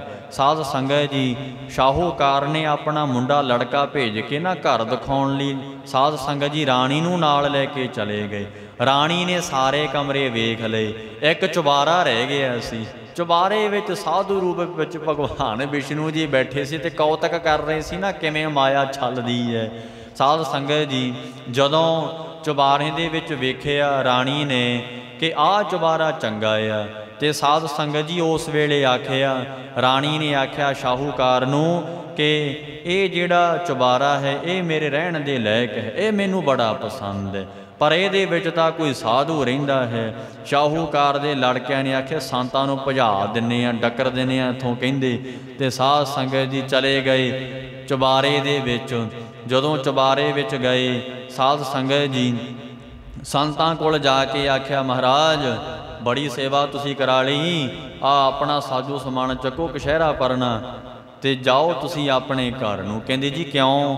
ਇਹ ਕਹਿਣ ਲੱਗੇ ਹੁਣ ਇੱਥੇ ਸਾਡੇ ਨਵੇਂ ਮਹਿਮਾਨ ਆਏ ਆ, ਰਾਣੀ ਆਈ ਹੈ, ਇਹ ਹੁਣ ਸਾਡੇ ਘਰ ਵਿੱਚ ਰਹੂਗੀ। ਸਾਧ ਸੰਗਤ ਜੀ ਅੱਗੋਂ ਸਾਧੂ ਰੂਪ ਵਿੱਚ ਭਗਵਾਨ ਵਿਸ਼ਨੂੰ ਜੀ ਨੇ ਆਖਿਆ ਕਿ ਅਸੀਂ ਤਾਂ ਤੁਹਾਨੂੰ ਪਹਿਲਾਂ ਹੀ ਆਖਿਆ ਸੀ ਆਪਣੀ ਮਰਜ਼ੀ ਨਾਲ ਹੀ ਇੱਥੋਂ ਜਾਵਾਂਗੇ ਤੇ ਜੇ ਕੋਈ ਸਾਨੂੰ ਕੱਢਣਾ ਕਰੇ ਤਾਂ ਵੀ ਨਹੀਂ ਅਸੀਂ ਜਾਵਾਂਗੇ, ਆਪਣੇ ਮਨ ਦੀ ਮਰਜ਼ੀ ਨਾਲ ਹੀ ਜਾਵਾਂਗੇ। ਤਦੋਂ ਸਾਧ ਸੰਗਤ ਜੀ ਸ਼ਾਹੂਕਾਰ ਦੇ ਲੜਕੇ ਤੇ ਸ਼ਾਹੂਕਾਰ ਗੁੱਸੇ ਵਿੱਚ ਆ ਗਿਆ। ਇਹਨੇ ਸਾਜੋ ਸਮਾਨ ਸਾਧ ਸੰਗਤ ਜੀ ਚੁਬਾਰੇ ਵਿੱਚੋਂ ਬਾਹਰ ਹੀ ਕੱਢ ਦਿੱਤਾ ਧੱਕੇ ਦੇ ਨਾਲ। ਉਸ ਸਮੇਂ ਸਾਧ ਸੰਗਤ ਜੀ ਰਾਣੀ ਤੇ ਸਾਧੂ ਅਲੋਪ ਹੋ ਗਏ। ਫਿਰ ਲక్ష్ਮੀ ਵਿਸ਼ਨੂੰ ਕੋਲ ਆ ਕੇ ਕਹਿਣ ਲੱਗੀ, ਠੀਕ ਹੈ, ਮੇਰੇ ਭਗਤ ਵੱਡੇ ਨੇ ਜਿਨ੍ਹਾਂ ਨੇ ਧੱਕੇ ਮਾਰ ਕੇ ਤੁਹਾਨੂੰ ਬਾਹਰ ਕੱਢਿਆ, ਨਾਲੇ ਤੇ ਸਾਧ ਸੰਗਤ ਜੀ ਹੱਸੇ ਆਪਣੇ ਪਤੀ ਤੇ। ਉਸ ਵੇਲੇ ਭਗਵਾਨ ਕਹਿੰਦੇ, ਚੰਗਾ ਫਿਰ ਹੁਣ ਤੂੰ ਮੇਰੇ ਭਗਤ ਵੇਖ। ਸਾਧ ਸੰਗਤ ਜੀ ਭਗਵਾਨ ਵਿਸ਼ਨੂੰ ਜੀ ਨੇ ਜਦੋਂ ਇਉਂ ਪਰਖਣ ਵਾਸਤੇ ਸਾਧ ਸੰਗਤ ਜੀ ਆਖਿਆ, ਲక్ష్ਮੀ ਤੂੰ ਜਿਹਨੂੰ ਮੋਹਣਾ ਏ ਦੇਖ ਲਾ, ਫਿਰ ਮੋਹ ਲੈ। ਤੇ ਕਾਂਸ਼ੀ ਵਿੱਚ ਮੇਰਾ ਭਗਤ ਰਹਿੰਦਾ, ਉਹਨਾਂ ਦਾ ਨਾਮ ਕਬੀਰ ਹੈ। ਭਗਤ ਕਬੀਰ ਜੀ ਰਹਿੰਦੇ ਸੀ ਕਾਂਸ਼ੀ ਦੇ ਵਿੱਚ। ਸਾਧ ਸੰਗਤ ਜੀ ਤੇ ਜਦੋਂ ਭਗਵਾਨ ਵਿਸ਼ਨੂੰ ਕਹਿੰਦੇ ਕਾਂਸ਼ੀ ਵਿੱਚ ਮੇਰੇ ਭਗਤ ਰਹਿੰਦੇ ਆ, ਭਗਤ ਕਬੀਰ ਸਾਹਿਬ ਜੀ ਮਹਾਰਾਜ, ਉਹਨਾਂ ਕੋਲ ਤੂੰ ਚਲੀ ਜਾ। ਜੇ ਤੂੰ ਉਹਨਾਂ ਨੂੰ ਮੋਹ ਲਿਆ ਤਾਂ ਸਮਝ ਲਵਾਂਗਾ ਤੇਰੇ ਭਗਤ ਵੱਡੇ ਨੇ, ਮੇਰੇ ਭਗਤ ਨੀਵੇਂ ਹੈ, ਕੋਈ ਵੱਡੇ ਨਹੀਂ ਹੈ। ਇਉਂ ਸਾਧ ਸੰਗਤ ਜੀ ਇਹ ਰਾਣੀ ਨੇ, ਸਾਧ ਸੰਗਤ ਜੀ ਇਹ ਲక్ష్ਮੀ ਨੇ ਸ਼ਾਹੂਕਾਰਨੀ ਦਾ ਰੂਪ ਧਾਰਨ ਕਰ ਲਿਆ। ਸਾਧ ਸੰਗਤ ਜੀ ਭਗਵਾਨ ਦੀ ਘਰ ਵਾਲੀ ਲక్ష్ਮੀ ਨੇ ਜਦੋਂ ਸ਼ਾਹੂਕਾਰਨੀ ਦਾ ਰੂਪ ਧਾਰਿਆ ਨਾ, ਭਗਤ ਕਬੀਰ ਜੀ ਦੇ ਪਾਸ ਚਲੀ ਗਈ। ਇਹਨੇ ਆਪਣੀ ਗੋਲੀ ਦੇ ਸਿਰ ਉੱਪਰ ਸਾਧ ਸੰਗਤ ਜੀ ਤਾਣੀ ਚੁਕਾਈ ਹੋਈ ਸੀ। ਜਦੋਂ ਤਾਣੀ ਚੁਕਾਈ ਹੋਈ ਸੀ ਸਾਧ ਸੰਗਤ ਜੀ ਭਗਤ ਕਬੀਰ ਸਾਹਿਬ ਦੇ ਘਰੇ ਆ ਕੇ ਕਹਿੰਦੀ, ਹੇ ਭਗਤ ਜੀ, ਹੇ ਮਹਾਤਮਾ ਜੀ, ਇਹ ਤਾਣੀ ਹੈ ਤੇ ਤੁਸੀਂ ਤਾਣੀ ਬੁਣਦੇ ਹੋ। ਭਗਤ ਕਬੀਰ ਸਾਹਿਬ ਜੀ ਮਹਾਰਾਜ ਕਹਿਣ ਲੱਗੇ, ਮੇਰੇ ਪਾਸ ਪਹਿਲਾਂ ਹੀ ਬਹੁਤਾ ਕੰਮ ਹੈ, ਕਿਉਂਕਿ ਖੱਡੀ ਬੁਣਦੇ ਸੀ ਨਾ ਭਗਤ ਕਬੀਰ ਸਾਹਿਬ ਮਹਾਰਾਜ। ਸਾਧ ਸੰਗਤ ਜੀ ਕਹਿਣ ਲੱਗੇ, ਮੇਰੇ ਪਾਸ ਤੇ ਬਹੁਤਾ ਪਹਿਲਾਂ ਤਨਣਾ ਬੁਣਨਾ ਇਹ ਜੋ ਪਿਆ ਹੈ ਕੰਮ ਪਿਆ ਹੈ, ਮੈਂ ਇਹ ਜਿਹੜਾ ਤੁਹਾਡਾ ਕੰਮ ਹੈ ਫੇਰ ਕਦੇ ਕਰਾਂਗਾ, ਫੇਰ ਕਿਤੇ ਆ ਜਾਇਓ। ਸ਼ਾਹੂਕਾਰਨੀ ਕਹਿੰਦੀ, ਭਾਵ ਲక్ష్ਮੀ ਕਹਿੰਦੀ ਕਿ ਹੇ ਮਹਾਤਮਾ ਜੀ, ਦੁੱਗਣੀ ਚੌਗਣੀ ਮੈਂ ਮਜ਼ਦੂਰੀ ਦੇਵਾਂਗੀ, ਮਾਇਆ ਦੇਵਾਂਗੀ। ਕਬੀਰ ਜੀ ਫਿਰ ਵੀ ਨਾ ਮੰਨੇ। ਸਾਧ ਸੰਗਤ ਜੀ ਇਸ ਨੇ ਬਹੁਤਾ ਪ੍ਰਭਾਵ ਆਪਣੇ ਤੇ ਪਾਇਆ, ਤੇ ਜਦੋਂ ਬਹੁਤਾ ਪ੍ਰਭਾਵ ਪਾਇਆ ਨਾ, ਇਹਨੇ ਸਾਧ ਸੰਗਤ ਜੀ ਉਹ ਸਾਰਾ ਸਮਾਨ ਖੱਡੀ ਸਾਰਾ ਕੁਝ ਸੋਨੇ ਦਾ ਕਰ ਦਿੱਤਾ। ਭਗਤ ਕਬੀਰ ਜੀ ਨੂੰ ਗੁੱਸਾ ਚੜ੍ਹ ਗਿਆ। ਇਹਨੇ ਆਪਣੇ ਸਾਹਿਬਜ਼ਾਦੇ ਨੂੰ ਬਾਬਾ ਕਮਾਲਾ ਜੀ ਨੂੰ ਆਖਿਆ ਕਿ ਬੇਟਾ ਜਾ ਪੁੱਤਰ, ਅੰਦਰੋਂ ਨਾ ਛੁਰੀ ਲੈ ਕੇ ਆ। ਸਾਧ ਸੰਗਤ ਜੀ ਅੰਦਰੋਂ ਜਦੋਂ ਛੁਰੀ ਲੈ ਕੇ ਆਏ ਨਾ ਬਾਬਾ ਕਮਾਲਾ ਜੀ, ਭਗਤ ਕਬੀਰ ਸਾਹਿਬ ਜੀ ਦੇ ਸਾਹਿਬਜ਼ਾਦੇ ਬੱਚੇ, ਸਾਧ ਸੰਗਤ ਜੀ ਬੇਟੇ, ਜਦੋਂ ਬਾਬਾ ਕਮਾਲਾ ਜੀ ਛੁਰੀ ਲੈ ਕੇ ਆਏ ਸਾਧ ਸੰਗਤ ਜੀ, ਉਦੋਂ ਫਿਰ ਕਬੀਰ ਸਾਹਿਬ ਜੀ ਨੇ ਸਾਧ ਸੰਗਤ ਜੀ ਗੁੱਸੇ ਦੇ ਨਾਲ ਨੱਕ ਤੇ ਕੰਨ ਵੱਢ ਦਿੱਤਾ ਸਾਧ ਸੰਗਤ ਜੀ ਸ਼ਾਹੂਕਰਨੀ ਦਾ। ਆਖਣ ਲੱਗੇ, ਤੂੰ ਭਗਵਾਨ ਦਾ ਨਰਾਦਰ ਥਾਂ ਥਾਂ ਤੇ ਕਰਵਾਉਣੀ ਫਿਰਦੀ ਐ। ਕਿਉਂਕਿ ਕਬੀਰ ਸਾਹਿਬ ਜੀ ਨੇ ਵੇਖ ਲਿਆ ਸੀ ਅੰਤਰ ਧਿਆਨ ਅੰਤਰਜਾਮਤਾ ਦੇ ਨਾਲ ਕਿ ਇਹ ਮੈਨੂੰ ਮਾਇਆ ਛੱਲਣ ਵਾਸਤੇ ਆਈ ਹੈ। ਇਸੇ ਕਰਕੇ ਗੁੱਸਾ ਚੜ੍ਹ ਗਿਆ ਕਬੀਰ ਸਾਹਿਬ ਜੀ ਨੂੰ। ਆਖਣ ਲੱਗੇ, ਜਾ ਬੇਟੇ, ਆਪਣੇ ਪੁੱਤਰ ਨੂੰ ਕਹਿੰਦੇ ਐ, ਜਾ ਅੰਦਰੋਂ ਛੁਰੀ ਲੈ ਕੇ ਆ। ਨੱਕ ਤੇ ਕੰਨ ਵੱਢ ਦਿੱਤਾ ਮਾਇਆ ਦਾ। ਸਾਧ ਸੰਗਤ ਜੀ ਕਹਿਣ ਲੱਗੇ, ਚਲੀ ਜਾ ਇੱਥੋਂ। ਇਹ ਹਾਲਤ ਦੇਖ ਕੇ ਸਾਧ ਸੰਗਤ ਜੀ ਫਿਰ ਭਗਵਾਨ ਵਿਸ਼ਨੂੰ ਜੀ ਕਹਿਣ ਲੱਗੇ, ਵੇਖਿਆ ਮੇਰੇ ਭਗਤ ਵੱਡੇ ਨੇ, ਤੂੰ ਮੇਰੇ ਭਗਤਾਂ ਨੂੰ ਛੱਲ ਨਹੀਂ ਸਕਦੀ।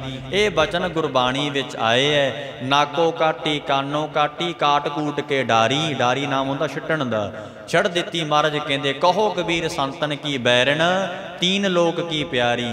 ਮਹਾਰਾਜ ਕਹਿੰਦੇ ਮਾਇਆ ਤੇ ਸੰਤਾਂ ਦੀ ਬੈਰਨ ਹੈ, ਪਰ ਤਿੰਨਾਂ ਲੋਕਾਂ ਨੂੰ ਪਿਆਰੀ ਲੱਗਦੀ ਹੈ। ਸਵਰਗ ਲੋਕ, ਮਾਤ ਲੋਕ ਤੇ ਪਤਾਲ ਲੋਕ, ਤਿੰਨਾਂ ਲੋਕਾਂ ਨੂੰ ਮਾਇਆ ਪਿਆਰੀ ਲੱਗਦੀ ਹੈ। ਕਬੀਰ ਸਾਹਿਬ ਕਹਿੰਦੇ ਤੇ ਸੰਤਾਂ ਦੀ ਬੈਰਨ ਹੈ। ਇਸੇ ਕਰਕੇ ਸਾਧ ਸੰਗਤ ਜੀ ਕਬੀਰ ਸਾਹਿਬ ਦਾ ਬਚਨ ਆਸਾ ਰਾਗ 'ਚ ਆਇਆ। ਇਹ ਕਾਨੋ ਕਾਟੀ ਨਾਕੋ ਕਾਟੀ ਕਾਨੋ ਕਾਟੀ ਕਾਟ ਕੂਟ ਕੇ ਡਾਰੀ, ਕਹੋ ਕਬੀਰ ਸੰਤਨ ਕੀ ਬੈਰਨ, ਤੀਨ ਲੋਕ ਕੀ ਪਿਆਰੀ। ਤੇ ਸਾਧ ਸੰਗਤ ਜੀ ਭਗਵਾਨ ਵਿਸ਼ਨੂੰ ਜੀ ਕਹਿੰਦੇ, ਵੇਖਿਆ ਨਾ ਮੇਰੇ ਭਗਤ ਵੱਡੇ ਨੇ, ਤੂੰ ਮੇਰੇ ਭਗਤਾਂ ਨੂੰ ਛੱਲ ਨਹੀਂ ਸਕਦੀ। ਉਹ ਬਚਨ ਕਬੀਰ ਸਾਹਿਬ ਜੀ ਦੱਸਦੇ ਹਨ, ਹਮ ਰਾਖੇ ਗੁਰ ਆਪਨੇ। ਮੈਨੂੰ ਤੇ ਮਾਇਆ ਦੇ ਪ੍ਰਭਾਵ ਤੋਂ ਸਤਿਗੁਰੂ ਗੁਰੂ ਨਾਨਕ ਦੇਵ ਪਾਤਸ਼ਾਹ ਸੁਆਮੀ ਰਾਮਾਨੰਦ ਮਹਾਰਾਜ ਜੀ ਨੇ ਰੱਖ ਲਿਆ। ਕੌਣ ਕੀਨੋ ਆਦੇਸ, ਕੌਣ ਕੀਨੋ ਆਦੇਸ। ਆਖਣ ਲੱਗੇ ਅਸੀਂ ਮਾਇਆ ਨੂੰ ਤੇ ਦੂਰੀ ਮੱਥਾ ਟੇਕ ਦਿੱਤਾ। ਉਨ ਕੀਨੋ ਆਦੇਸ ਦੂਜਾ ਅਰਥ ਇਹ ਹੈ, ਅਸੀਂ ਐਸੇ ਵਾਹਿਗੁਰੂ ਨੂੰ ਨਮਸਕਾਰ ਕਰਦੇ ਹਾਂ ਜਿਨ੍ਹਾਂ ਨੇ ਨਾਮ ਗਿਆਨ ਦਿੱਤਾ, ਸਾਡੇ ਤੇ ਮਾਇਆ ਦਾ ਪ੍ਰਭਾਵ ਹੀ ਨਹੀਂ ਪਿਆ। ਕਬੀਰ ਸੋਈ ਮਾਰੀਐ। ਭਗਤ ਕਬੀਰ ਸਾਹਿਬ ਜੀ ਅੰਮ੍ਰਿਤਮਈ ਬਾਣੀ ਉਚਾਰ ਰਹੇ ਨੇ ਆਪਣੇ ਮੁਖਾਰ ਬਿੰਦ ਤੋਂ। ਕਬੀਰ ਸੋਈ ਮਾਰੀਐ। ਸਾਧ ਸੰਗਤ ਜੀ ਇੱਕ ਦਿਨ ਮਾਤਾ ਨਾ ਆਪਣੇ ਪੁੱਤਰ ਨੂੰ ਕੁੱਟ ਰਹੀ ਸੀ। ਸਾਧ ਸੰਗਤ ਜੀ ਬਹੁਤ ਹੀ ਕੁੱਟਿਆ ਕਰੇ ਡਾਂਗ ਲੈ ਕੇ। ਕਬੀਰ ਸਾਹਿਬ ਜੀ ਨੂੰ ਦਇਆ ਆ ਗਈ, ਤਰਸ ਆ ਗਿਆ, ਕਿਉਂਕਿ ਜਿਹੜੇ ਸੰਤ ਹੁੰਦੇ ਤੇ ਦਇਆਵਾਨ ਹੁੰਦੇ ਐ, ਇਹਨਾਂ ਦੇ ਹਿਰਦਾ ਤੇ ਸਾਧ ਸੰਗਤ ਜੀ ਬੜਾ ਕੋਮਲ ਹੁੰਦਾ, ਫੁੱਲ ਦੇ ਟੁੱਟਣ ਦਾ ਦਰਦ ਮਹਿਸੂਸ ਕਰਦੇ ਐ। ਇੰਨਾ ਹਿਰਦਾ ਕੋਮਲ ਹੁੰਦਾ ਰੱਬ ਦੇ ਪਿਆਰਿਆਂ ਦਾ। ਇੱਕ ਸਾਧ ਸੰਗਤ ਜੀ ਮਾਈ ਆਪਣੇ ਮੁੰਡੇ ਨੂੰ ਕੁੱਟ ਰਹੀ ਸੀ, ਸਾਧ ਸੰਗਤ ਜੀ ਡਾਂਗ ਦੇ ਨਾਲ। ਕਬੀਰ ਸਾਹਿਬ ਜੀ ਉੱਥੇ ਪਰਮ ਉਪਦੇਸ਼ ਬਖਸ਼ਦੇ ਐ। ਇਹ ਵੇਖ ਕੇ ਕਬੀਰ ਜੀ ਕਹਿਣ ਲੱਗੇ, ਹੇ ਮਾਈ ਕਬੀਰ ਸੋਈ ਮਾਰੀਐ। ਮਹਾਰਾਜ ਕਹਿੰਦੇ, ਹੇ ਮਾਈ ਹੇ ਭਾਈ ਤੂੰ ਉਹਨੂੰ ਮਾਰ ਨਾ ਕਰ ਜਿਹੇ ਮੂਹੈ ਸੁਖ ਹੋਏ। ਜਿਸ ਨੂੰ ਮਾਰਨ ਕਰਕੇ ਸਦਾ ਹੀ ਸੁੱਖ ਦੀ ਪ੍ਰਾਪਤੀ ਹੁੰਦੀ ਹੈ। ਇਹ ਤੂੰ ਬੱਚੇ ਨੂੰ ਮੁੰਡੇ ਨੂੰ ਕਿਉਂ ਮਾਰਦੀ ਏ? ਕਬੀਰ ਸਾਹਿਬ ਕਹਿੰਦੇ, ਭਾਈ ਤੂੰ ਇਹ ਇਸਤਰੀ ਤੂੰ ਕਿਉਂ ਮਾਰਦੀ ਏ? ਇਹ ਲੜਕੇ ਨੂੰ ਉਸ ਨੂੰ ਮਾਰ ਨਾ ਕਰ ਤੇ ਜਿਹਨੂੰ ਮਾਰ ਕੇ ਸੁੱਖ ਪ੍ਰਾਪਤ ਕਰੀਦਾ, ਜਿਸ ਨੂੰ ਮਾਰ ਕੇ ਆਨੰਦ ਦੀ ਪ੍ਰਾਪਤੀ ਹੁੰਦੀ ਹੈ।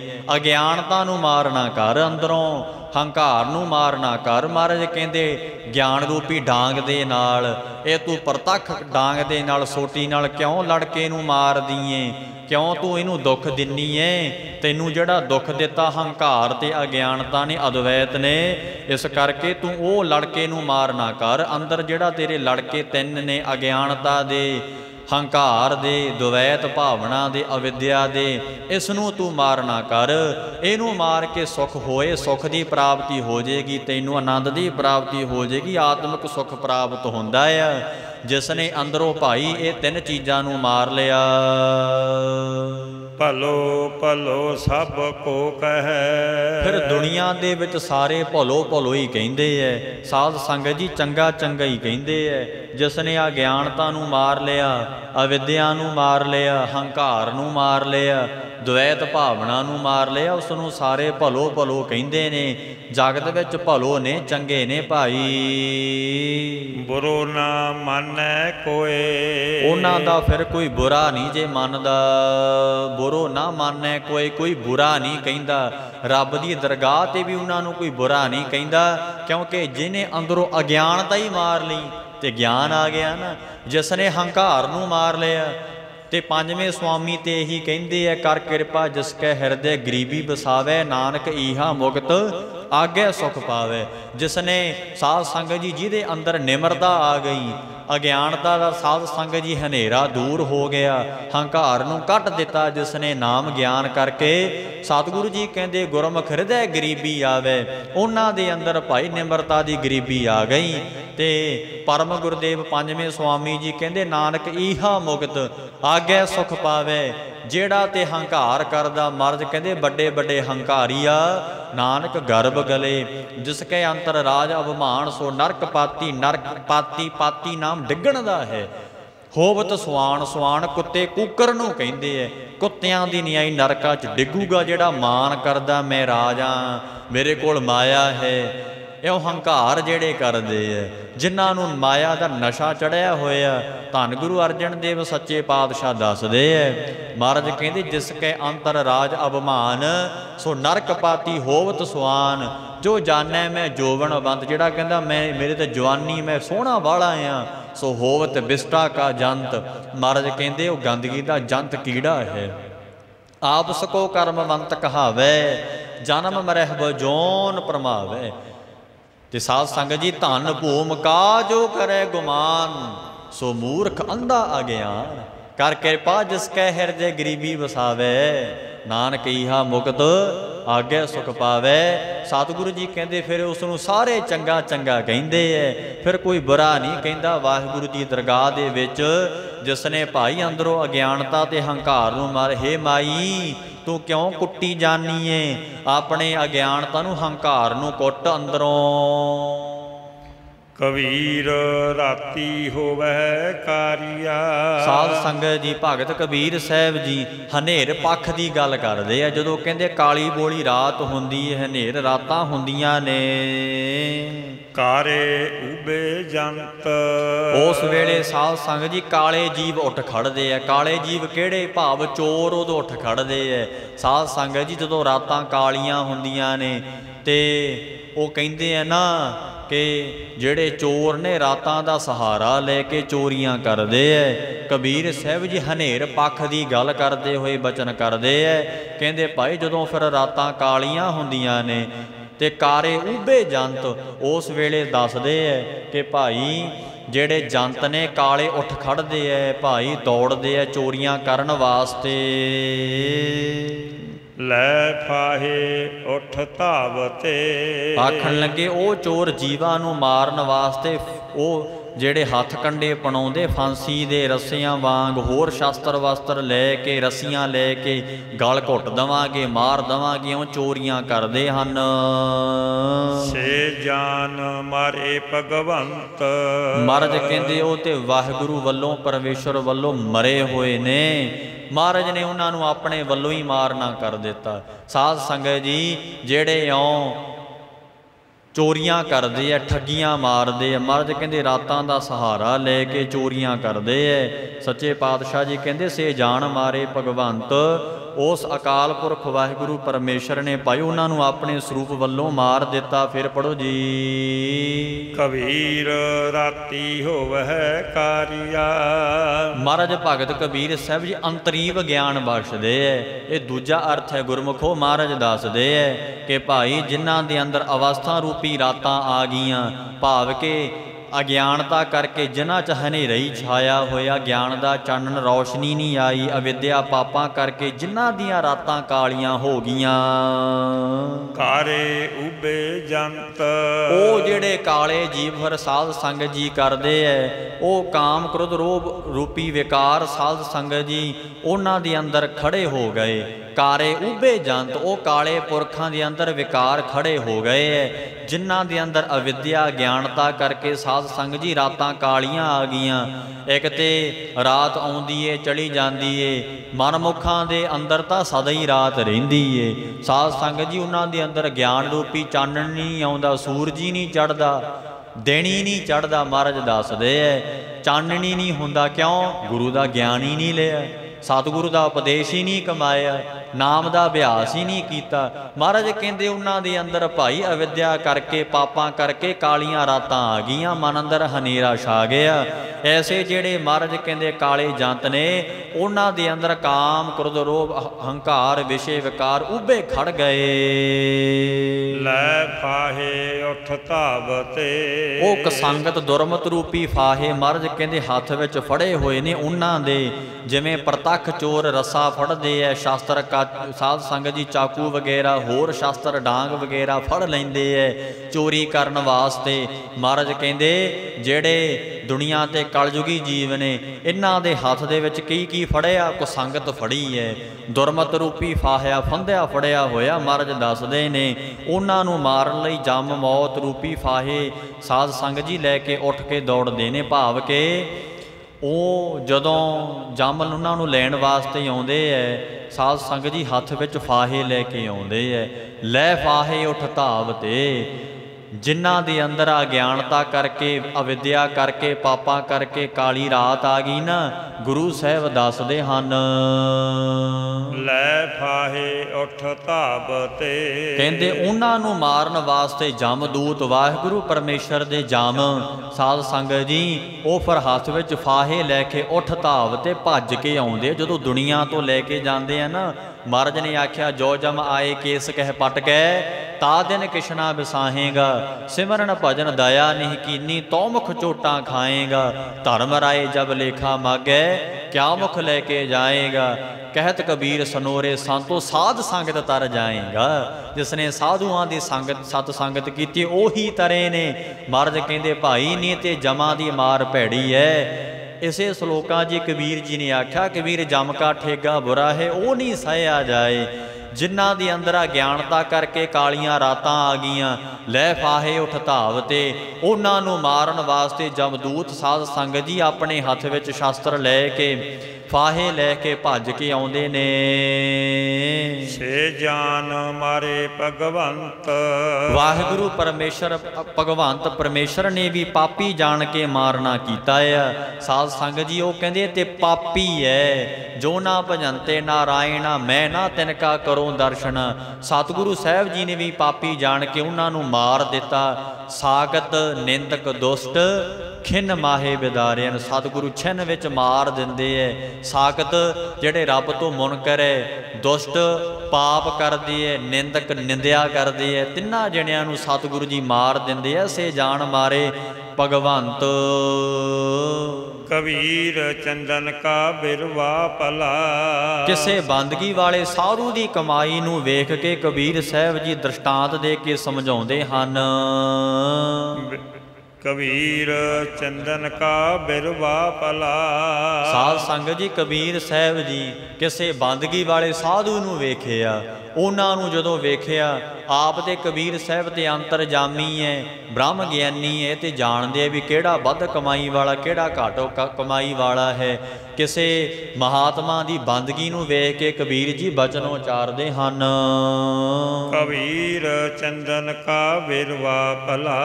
ਮਹਾਰਾਜ ਕਹਿੰਦੇ ਚੰਦਨ ਦਾ ਬ੍ਰਿਸ਼ ਜਿਹੜਾ ਹੈ, ਬਿਰਵਾ, ਬਿਰਵਾ ਨਾਮ ਬ੍ਰਿਸ਼ ਦਰਖਤ ਦਾ ਹੈ।